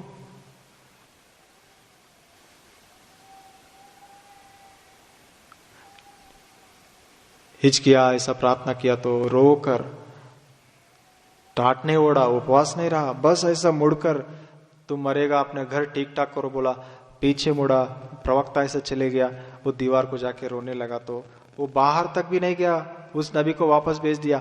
हिचकिया ने प्रार्थना किया, मेरे पास सच्चे प्रार्थना, उनको बोलो और 15 साल वो जिएगा करके। लेकिन यहाँ ये प्रार्थना को सुनाया भी नहीं गया। 22 अध्याय में देखते कि स्वर्ग में परमेश्वर पूछ रहे आत्माओं को कि कौन जाके आहाब को चढ़ाएगा कि रामोत गिलाद को पकड़ने के लिए। रामोत गिलाद तो अपना है, हम उसको क्यों कब्जा नहीं कर रहे? चलो हम युद्ध करेंगे फिलिस्तीनियों से और उसको अपना लेंगे करके कौन चढ़ाई करेगा? तो एक आत्मा आया, मैं करूंगा। नहीं नहीं, तुम्हारा आइडिया अच्छा नहीं। तो दूसरा आया, ऐसा करूंगा। ये सब जो फॉलन एंजल्स है, शैतान की आत्माएं, जो दुष्ट आत्माएं, ये जाके प्रेरित करेगा। कौन करेगा करके पूछा तो एक आइडिया बताया। तो उन्होंने, एक दुष्ट आत्मा ने बताया कि मैं उनके मन में चढ़ाऊंगा और उनके सारे प्रवक्ताओं को, 450 प्रवक्ता लोग हैं उनके पास, नबी लोग हैं, उनके प्रवक्ता करके लिखा है उधर 22 अध्याय का कि 21 वचन पढ़िए। 22 अध्याय का 21 वचन, पहला राजा। अंत में एक आत्मा पास आकर यहोवा के सम्मुख खड़ी हुई और कहने लगी, मैं उसको बहकाऊंगी। यहोवा ने पूछा, किस उपाय से? हाँ, 22 वचन। उसने कहा, मैं जाकर उसके सब भविष्यवक्ताओं में बैठकर उनसे झूठ बुलवाऊंगी। यहोवा ने कहा, तेरा उसको बहकाना सफल होगा, जाकर ऐसा ही कर। कितना भयंकर बात है। परमेश्वर प्लानिंग बना के भेजा है इजराइल के राजा के विरोध में, जाओ तुम सफल हो जाएगा। वो दुष्टात्मा वो क्या बोल रही यहोवा की उपस्थिति में, उनकी प्रवक्ता है, उनकी भविष्यद्वक्ता करके बोल रही। मतलब वो परमेश्वर का नहीं, राजा के भविष्यद्वक्ता 400 लोगों को रखा है। इजेबेल रानी बाल देवता का 450 को रखा, ये यहोवा का नाम से रखा, लेकिन कभी भी तुम भविष्यद्वक्ता करेगा मेरे तरफ करने का, कुछ भी मैं पूछूंगा करो करो बोलने का, हाँ बोलते रहने का, ना कभी नहीं आने का। ऐसे प्रवक्ता, ऐसे भविष्यद्वक्ताओं को उन्होंने पालन पोषण करके रखा है। लेकिन जो सच्चा बोलते उन लोगों को कहाँ रखा? वो जंगल में, बंदी गृह में और भयंकर परिस्थितियों में उन लोगों को उनका स्थान था। प्रभु के वचन के अनुसार हमारा जीवनों को जब हमारा नरक से बचाने के लिए, पाप से बचाने के लिए, हमें अपने जो गलतियों को, हमारे पापों को परमेश्वर जब दिखाता है किसी के द्वारा, उनके विरोध में हम नहीं पड़ना है, लेकिन उन बातों को स्वीकार करना है, वचन के द्वारा प्रमाणित करके लेना है। क्या प्रभु ये वचन आया, ये बात आया, क्या मैंने सच में ऐसा किया है? क्या मुझसे बात करो। प्रभु बोलेगा तो पश्चाताप करना है, मनुष्यों से ठीक ठाक करना है, बातों को छोड़ देना है, नया स्वभाव से चलना है। यहां पश्चाताप किया, ये किया, वो किया, लेकिन वही पुराना जीवन। इसलिए परमेश्वर उनको खत्म करने के लिए सोचा कि परमेश्वर बोला कौन चढ़ाएगा। वहां लिखा है कि जो 22 वचन में कि मैं जाके उनकी भविष्यद्वक्ता करके लिखा है, और उसके बाद 23 वचन पढ़िए, पहला राजा 22 का 23 वचन। तो अब सुन, यहोवा ने तेरे इन सब भविष्यवक्ताओं के मुंह में एक झूठ बोलने वाली आत्मा बैठाई है, और यहोवा ने तेरे विषय हानि की बात कही है। हाँ, इधर दूसरी बार लिखा है कि तेरे भविष्यद्वक्ता ये यहोवा का नहीं है। जब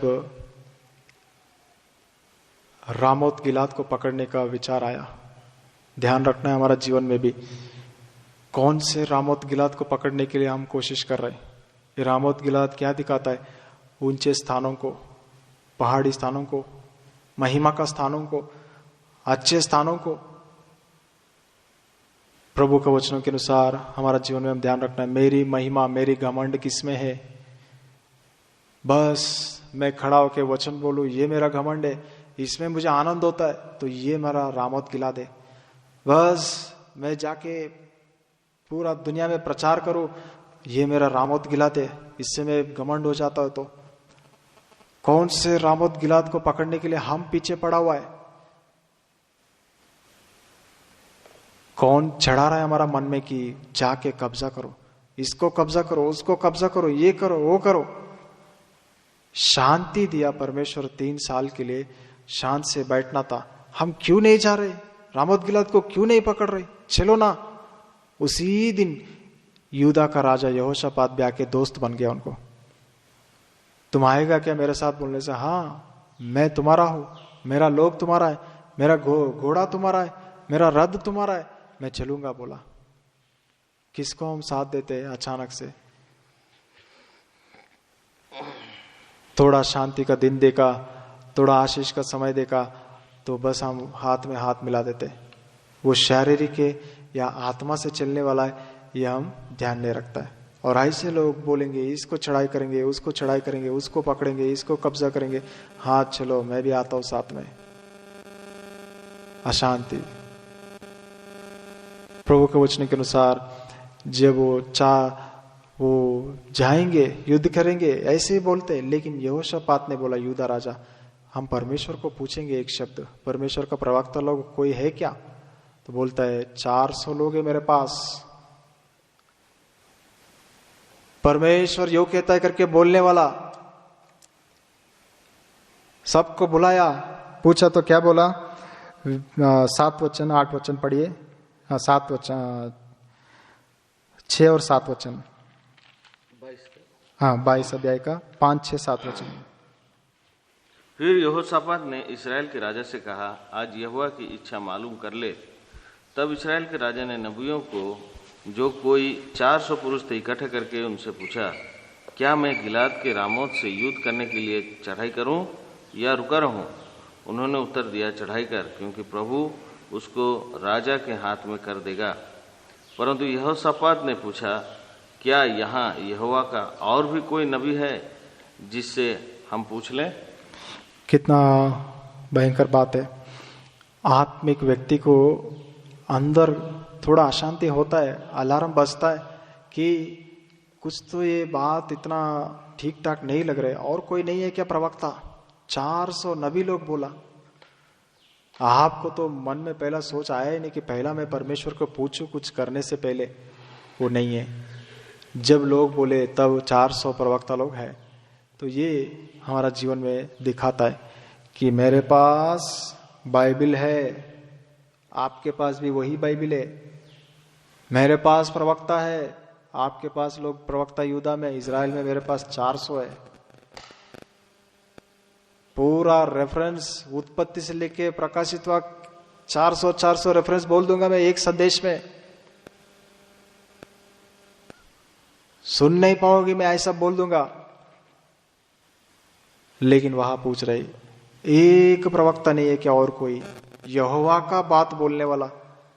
2 शब्द काफी है कि आत्मा के वचन हमें चाहिए।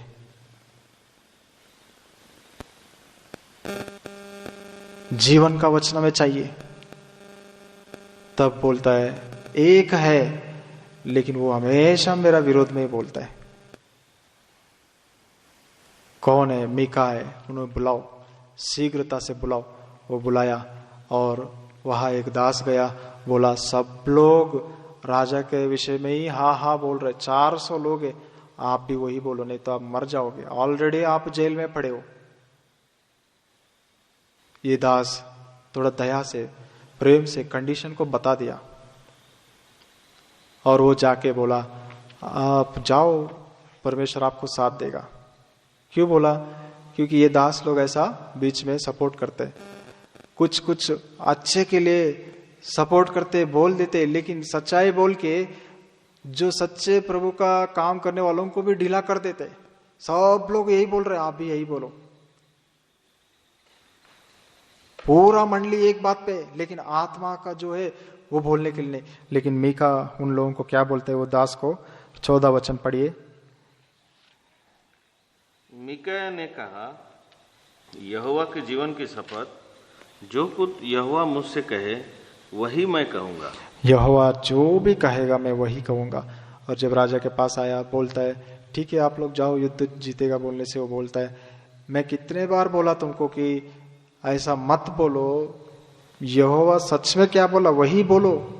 मतलब इससे पहले भी मीका से बहुत बार उनका बहुत विषयों में बातें हुआ है और वो हर बार राजा के पक्ष में ही थोड़ा बोल देता है। लेकिन राजा बोलता है नहीं नहीं सच बोलो। बोलने से, तब सच्चाई बोलने से हमेशा उनको विरोध में लगता था। इसलिए उनको देखना भी नहीं चाहा, उनको मिलना भी नहीं चाहा। उनको गवर्नर के पास उनका बेटा का अधीन में वो जेल में डाल के रखा, बंदी गृह में। कितना भयंकर बात है।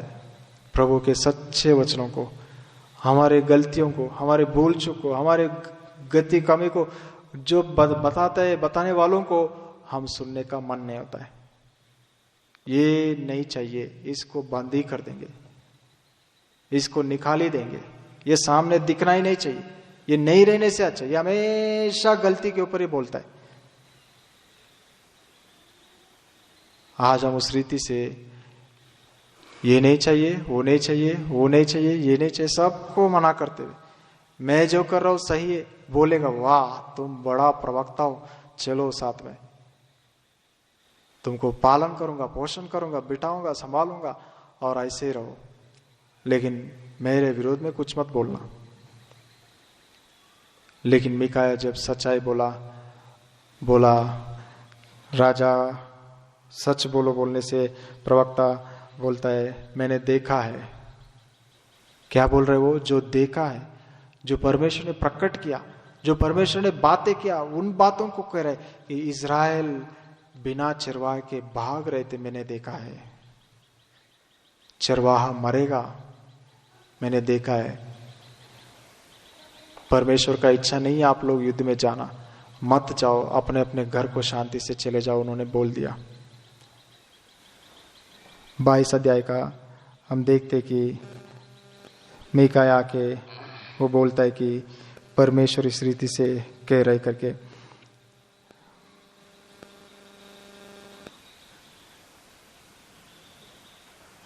पढ़िए 21 वचन से।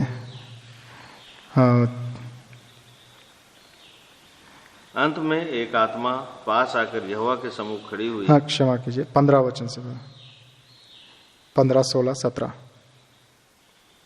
जब वह राजा के पास आया तब राजा ने उससे पूछा, हे मिकाया, क्या हम गिलाद के रामोत से युद्ध करने के लिए चढ़ाई करें या रुके रहें? उसने उसको उत्तर दिया, हाँ चढ़ाई कर, और तू कृतार्थ हो, और यहोवा उसको राजा के हाथ में कर दे।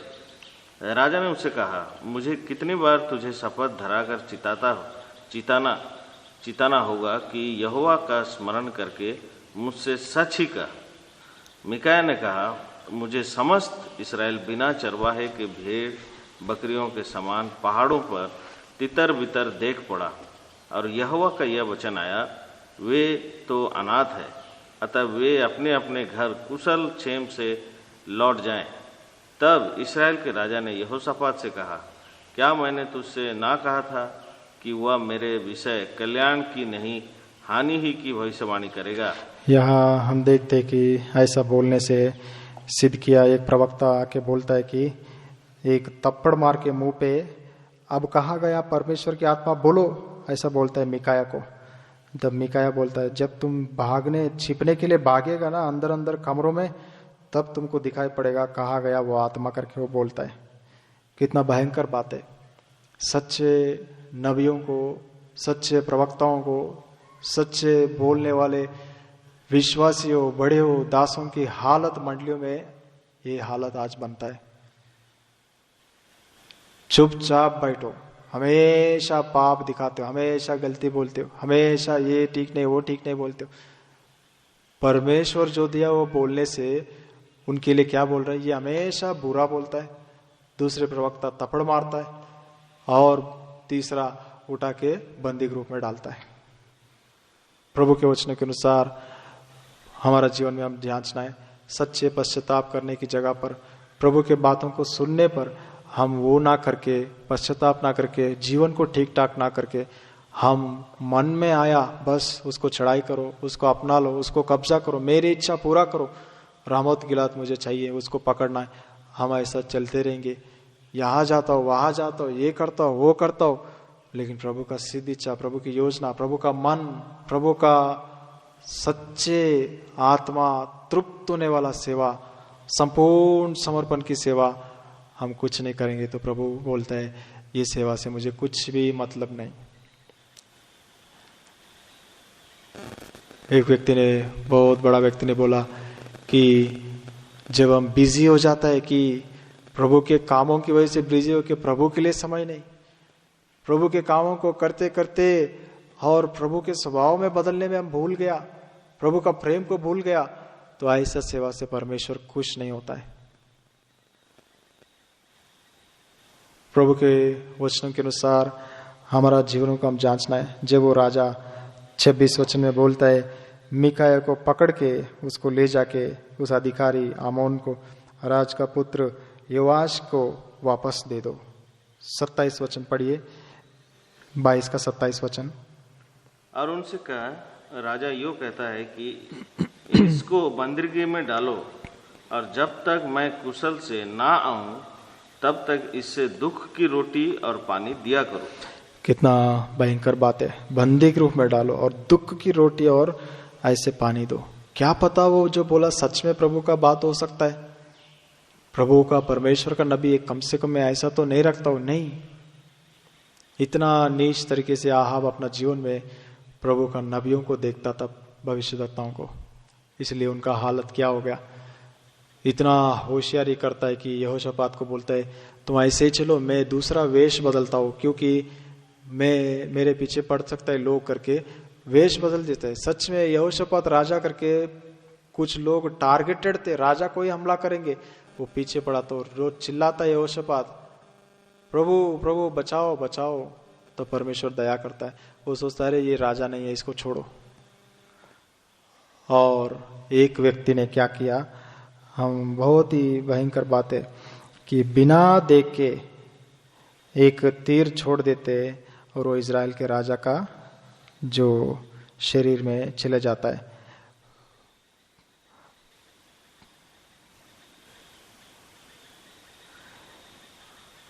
चौतीस वचन पढ़िए, 34 और 35 वचन।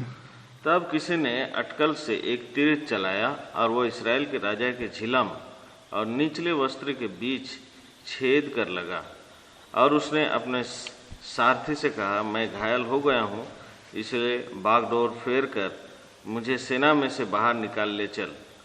और उस दिन युद्ध बढ़ता गया और राजा अपने रथ में औरों के सहारे अरामियों के सम्मुख खड़ा रहा और सांझ को मर गया, और उसके घाव का लहू बहकर रथ के पैदान में भर गया।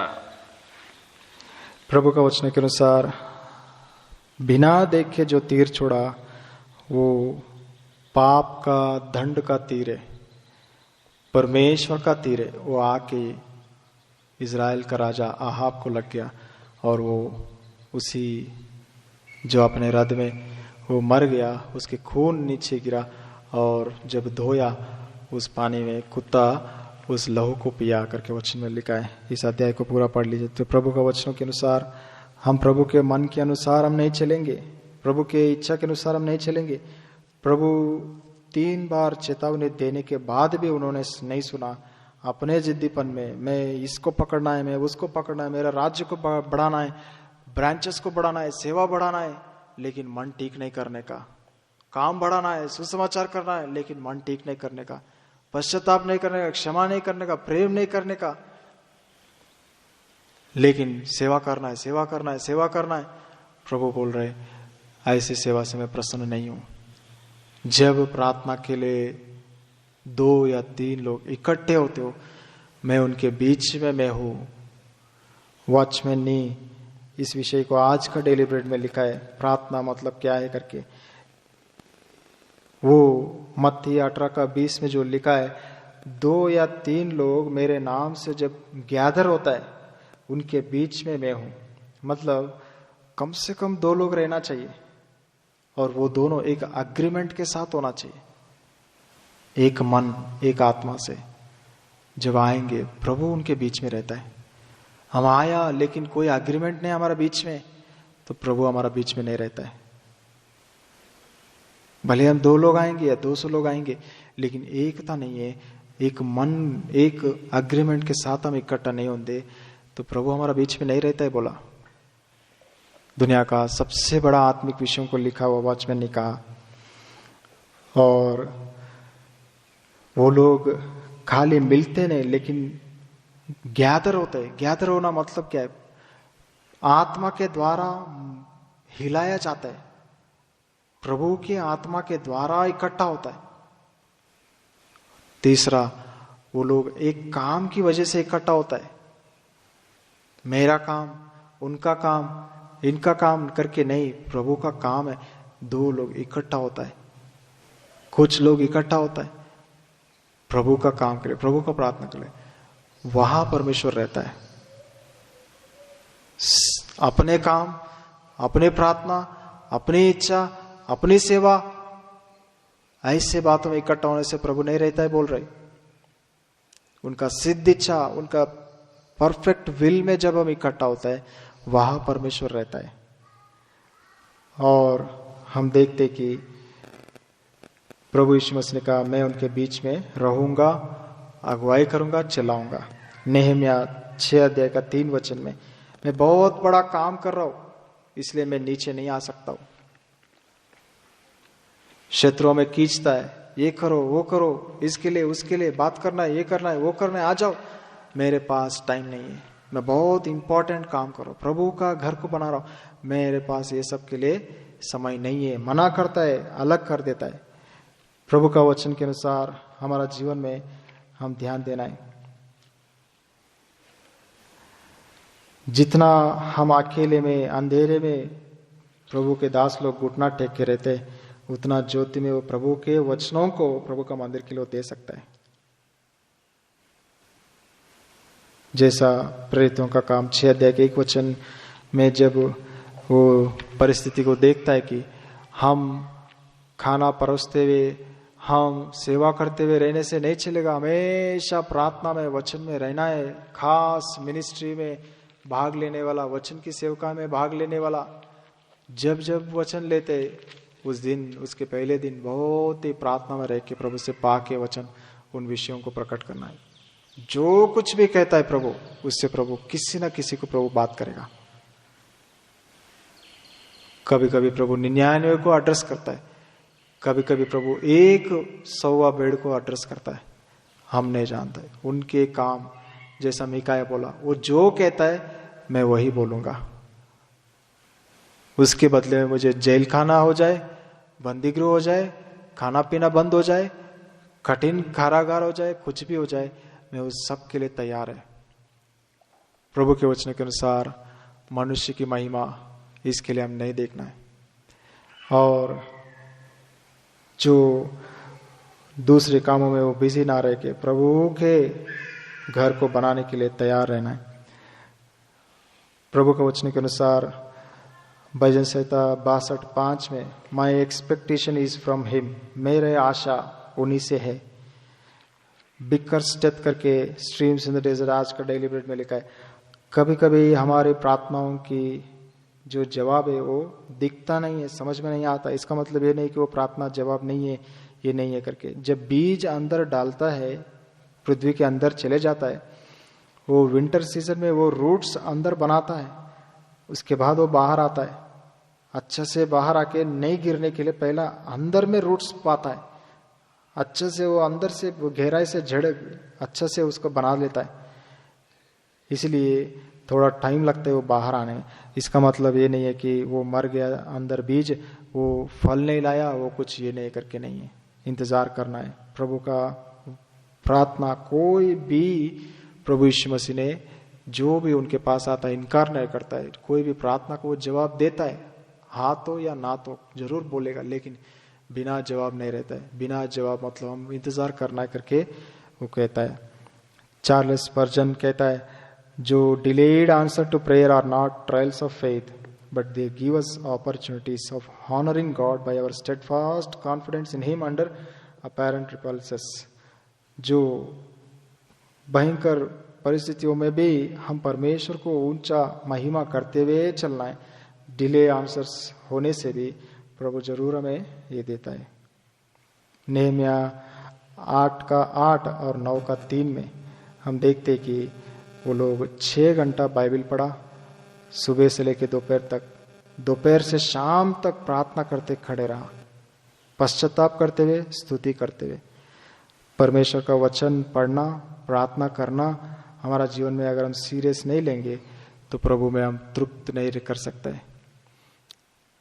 हमारा जीवनों में, पारिवारिक प्रार्थनाओं में पश्चाताप नहीं है। कभी मम्मी पापा पश्चाताप करते नहीं है, कभी अपनी गलतियों को मानते नहीं है, तो बच्चे कहाँ से सीखेंगे क्षमा मांगना परमेश्वर से? मानना है, गलतियों को कबूल करना है सामने सामने एक दूसरे से, वही से वो शुरू होता है। हम पश्चाताप का नाम निशानी नहीं रखेंगे घरों में, जो किया मैं सही है, हाँ तुम ही गलत है, इसी आत्मा से उस बात को, मैटर को क्लोज कर दिया, तो प्रभु से भी बच्चे वही स्वभाव को सीखेंगे कि कुछ भी कर सकते और बाद में अच्छा मुंह बना के चलते रहेंगे, लेकिन ठीक ठाक नहीं करेंगे मन को। और आहाब यही किया, हर बार वार्निंग सुना, गलत किया, फिर भी कुछ भी ठीक ठाक नहीं। धोखाबाजी से एक बार पश्चाताप किया, बाकी समय तो कुछ नहीं। और उल्टा परमेश्वर के दासों को बंदी ग्रुप में डाला, जंगल में भगाया, मार डालूंगा धमकी दिलाया, और खुद ही आखिरी में मर गया। प्रभु के वचनों के अनुसार सच्चे पश्चाताप हम करना है। दूसरा पत्रस 2 का 1 वचन में लिखा है, बहुत सा झूठे भविष्यद्वक्ता प्रजाओं में थे। पढ़िए दूसरा पत्रस 2 का 1 वचन। इसका मतलब उसी रीति से इन दिनों में झूठे वचन बोलने वाला निकलते हैं। वो प्रभु को भी इनकार कर देते, अपने आप को शीघ्रता से नाश लेकर आते हैं। दूसरा पत्रस 2 का 1 वचन। जिस प्रकार उन लोगों ने झूठे भविष्यवक्ता थे, उसी प्रकार तुम में भी झूठे उपदेशक होंगे, जो नाश करने वाले पाखंड का उद्घाटन छिप छिप कर करेंगे और उस स्वामी का जिसने उन्हें मोल लिया है इनकार करेंगे और अपने आप को शीघ्र विनाश में डाल देंगे। शीघ्रता से विनाश में डालेंगे। झूठे वचनों को बोलने वाला, सीक्रेट से बोलने वाला, दिमागों को गड़बड़ करके परिवार को प्रभु के विरोध में करने वाला लोग है, उनसे ध्यान से रहो। स्वर्गदूत लोग पाप किया तो परमेश्वर नहीं छोड़ा। लूत की तरह रोज अपना दिल को दुखाता था, उस लूत को बचाने के लिए परमेश्वर आया था। हो सकता है आपकी परिस्थिति घरों में ऐसा है कि मैं कुछ नहीं कर सकता हूँ, मैं कुछ बोल नहीं सकता, मैं कुछ बोलने से मेरा सुनता नहीं, कुछ नहीं। मेरा हालत वो लूत की नहीं है। मेरा पत्नी नहीं सुनते, मेरे बच्चे नहीं सुनते, इस जगह से हिलते नहीं, बस यहाँ का पाप देखते हुए मैं रोज दुखी होते हुए परेशान होके बैठा हूँ, मौन रीति से बैठा हूँ, बाहर जाके बैठा हूँ। ऐसा परिस्थिति तो परमेश्वर बोल रहे मैं आऊँगा, मैं छुड़ाऊंगा, वहां से निकालूंगा, तुम्हें धन्य जगह में ले जाऊंगा। प्रभु एक को भी नहीं छोड़ता है। विश्वास से ढाढ़स हिम्मत बांधकर हम प्रभु के साथ साथ चलते रहना है, प्रार्थना करते रहना है, प्रार्थना नहीं छोड़ना है। प्रभु जरूर एक एक प्रार्थनाओं को उत्तर देता है। और हम देखते कि इन झूठे वचनों को बोलने वालों से बचकर रहना है। 2 अध्याय में 3 अध्याय में बहुत निशानों को उन्होंने दिया है। तो ये लोग ऐसा करते वैसे करते, पैसा का लालच, गलत नजर, गलत आंखें, व्यभिचार के मन। और 3 अध्याय का भी उसमें देखते कि बहुत विषय प्रभु ने बताया। 2 यूहन्ना में भी हम देखते कि क्रिस्त विरोधी के समान है। प्रभु यीशु मसीह को जो मानता है वो क्रिस्त विरोधी है। वो उन लोगों को शुभ भी नहीं बोलना है, उनको घर पे भी नहीं लेना है। प्रभु के वचन के अनुसार मेरा प्रभु से, क्रूस से मेरा नजरों को जो उठाता है, हटाता है, उनसे मैं बचकर रहूंगा, उनसे हम बचकर रहना है। प्रभु को हम संपूर्ण रीति से अपने आप को समर्पण करेंगे। सच्चे रीति से जब हम पश्चाताप करेंगे, प्रभु हमें क्षमा करता है। लेकिन पश्चाताप नहीं, कुछ नहीं, लेकिन मैं रामोद गिलाद को पकड़ता हूँ, वो सेवा करता हूँ, ये सेवा करता हूँ, उसको पकड़ना है, इसको पकड़ना है, इसके मन को जीतना है, उसके मन को जीतना है, ताकि ये मेरा विरोध ना करे, वो मेरा विरोध ना करे, अब सबको मैं अपने तरफ करूं। ये शैतान का काम है। भले प्रभु के लिए हम वो जंगल में पड़ा रहेंगे, बंदी गृह में पड़ा रहेंगे, प्रभु के लिए जीना कैसे भी परिस्थितियों में जिएंगे, लेकिन प्रभु आएगा, हमें प्रभु का राज्य में ले जाता है। इसलिए हमारा जीवनों में खास व्यक्तिगत पारिवारिक प्रार्थनाओं में पश्चाताप करते हुए हम जी सके।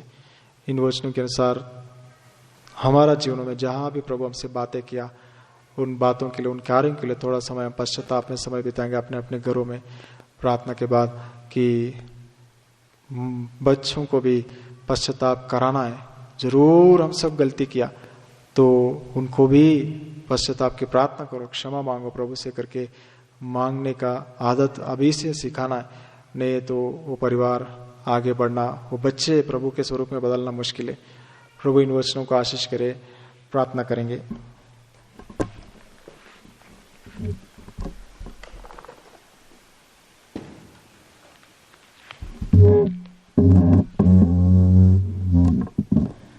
यार प्रभु परमेश्वर, आपको धन्यवाद देते हैं आपका महान प्रेम के लिए, आपके वचनों के लिए। प्रभु आहाब और इजबेल के जीवन को सामने लाया। प्रभु दया की अनुग्रह दीजिए, उस तरीके से एकता से प्रभु मेरा परिवार ना चले, हमारा परिवार, बेतनी का कोई भी परिवार ना चले। जो प्रभु का वचनों के अनुसार प्रभु प्रकट करता है, उन बातों को मान करके, छोड़ करके आपके मन के अनुसार, आपकी इच्छा के अनुसार चलना हमें सिखाइए। आपके वचनों के अनुसार चलना सिखाइए, आपकी सिद्ध इच्छा में रहना सिखाइए। लेकिन गलत प्रेरणा से प्रभु, आपकी आत्मा की ओर से जो प्रेरणा नहीं है, उन बातों के लिए, उन अधिकार के लिए, उन सेवाओं के लिए, उन प्रभु जो कामों के लिए हम भाग दौड़ ना करें। हम अपने आप को प्रभु नीचे ना गिराए और आपका क्रोध का पात्र ना बने, आपका शिक्षा का पात्र ना बने। दया से आप ही कार्य कीजिए, दया कीजिए प्रभु। जब परिवार चढ़ाता है हम बोल सके, ऐसा मत कीजिए। हम अकेला होकर प्रार्थना करें प्रभु। जब व्यर्थ रीति कामों के लिए शैतान हमें डिस्टर्ब करता है तो हम बोल सके, मैं प्रभु का इम्पोर्टेंट काम में हूँ, मैं नहीं आऊँगा नीचे, जैसा नहमिया बोले, हम ऐसा बोल सके। प्रार्थना मतलब 2 लोग इकट्ठा होना नहीं, लेकिन दो लोग एक एग्रीमेंट के साथ इकट्ठा होना। प्रभु हम इकट्ठा होता है लेकिन अलग अलग माने, अलग अलग जो टारगेट्स है, अलग अलग जो दिशाएं है, तो प्रभु वहाँ कैसा मैं रहूंगा करके आप प्रश्न कर रहे। प्रभु दया कीजिए हम इन सच्चाइयों को हम ध्यान दे सके। और प्रभु इज़राइल, प्रभु इसके बाद यहोशापात अपना आहाब का बेटा जब मांगता है, मेरा लोग भी तुम्हारा नाव में आने दो ना, वो सोना लाने के लिए, तो मना कर देता है। प्रभु शरीरता को समझ लिया, वो आपसे वो मना करना शुरू किया, नहीं नहीं नहीं मैं नहीं ले सकता हूँ। जो प्रभु के मन के अनुसार चलता है, जो प्रभु के मन के अनुसार उनको प्रसन्न करता है, उनके साथ उन बातों में हम साथ देना में सिखाइए। जो शारीरिकता है, जो प्रभु का सिद्ध इच्छा के अनुसार नहीं, हम शर्मिंदा होकर क्या सोचेगा करके ऐसे बातों में हम साथ ना दे। स्थिरता में खड़ा रहना में सिखाइए, दया कीजिए। प्रभु आत्मिक जीवन में चलना बहुत मुश्किल है, फिर भी आप हमें सिखाइए, दया कीजिए। थोड़ा समय हम खास व्यक्तिगत स्वभाव के लिए, परिवार के लिए, प्रभु हमारा मंडली के लिए, प्रभु हम आत्मिक विषयों के लिए, प्रभु जो कमी घटियों के लिए पश्चाताप में समय बिताने के लिए सहायता कीजिए। और उस रीति से प्रभु मंडली का गलतियों को मेरा गलती करके हम पश्चाताप करें और ठीक ठाक करें, छोड़ सके, आपके मन को प्रसन्न कर सके, ताकि प्रभु आने वाले दिनों में आपकी आशीषों को हम देख सके। प्रभु आप प्रसन्न नहीं होते भेड़ बकरी लहू से, बलिदानों से। आप प्रभु जो टेरिटरी बढ़ाने से, प्रभु सेवा बढ़ाने से, प्रभु इससे प्रसन्न नहीं होते हो, लेकिन बात सुनना सबसे श्रेष्ठ है। आपके मन के अनुसार चलना हमें चाहिए। आप ही दया कीजिए, उस रीति से हमें बनाइए। इन वचनों को आशीषित कीजिए, फलवंत बनाइए। जो अस्वस्थ बीमार उन सबको आपके चरणों में रखते दया कीजिए। जितना भी कोरोना वायरस से पीड़ित है सभी को चंगाई दीजिए। पृथ्वी पर दया कीजिए, जल्दी से दवा मिल सके और ठीक ठाक हो सके, प्रभु नॉर्मलाइज हो सके, सहायता कीजिए। आप ही प्रभु इस हफ्ते का बाकी कार्यक्रमों में youth meeting, sisters meeting, Bible study और रविवार की आराधना के लिए हम सबको तैयार कीजिए। हर एक विषय में प्रभु मैं पापी, मेरा परिवार, हम प्रभु आपको दुखाया करके मंडली के रूप से हम पश्चाताप करते हुए आपके पवित्र लहू को चाहते हुए प्रभु संपूर्ण से क्षमा चाहते हैं। आपके लहू से धोकर शुद्ध कीजिए, पवित्र कीजिए। आपका प्रेम दया अनुग्रह के लिए धन्यवाद देते हुए ये छोटी सी प्रार्थना आराधना प्रभु यीशु मसीह के नाम पे चढ़ाता हूँ। सुनो ग्रहण कीजिए पिताश्री, आमीन। पिता का प्रेम, प्रभु यीशु मसीह का अनुग्रह, पवित्र आत्मा का सहभागिता हम सबके साथ और सभी विश्वासियों के साथ हमेशा बना रहे, आमीन। सबको जय मसीह की।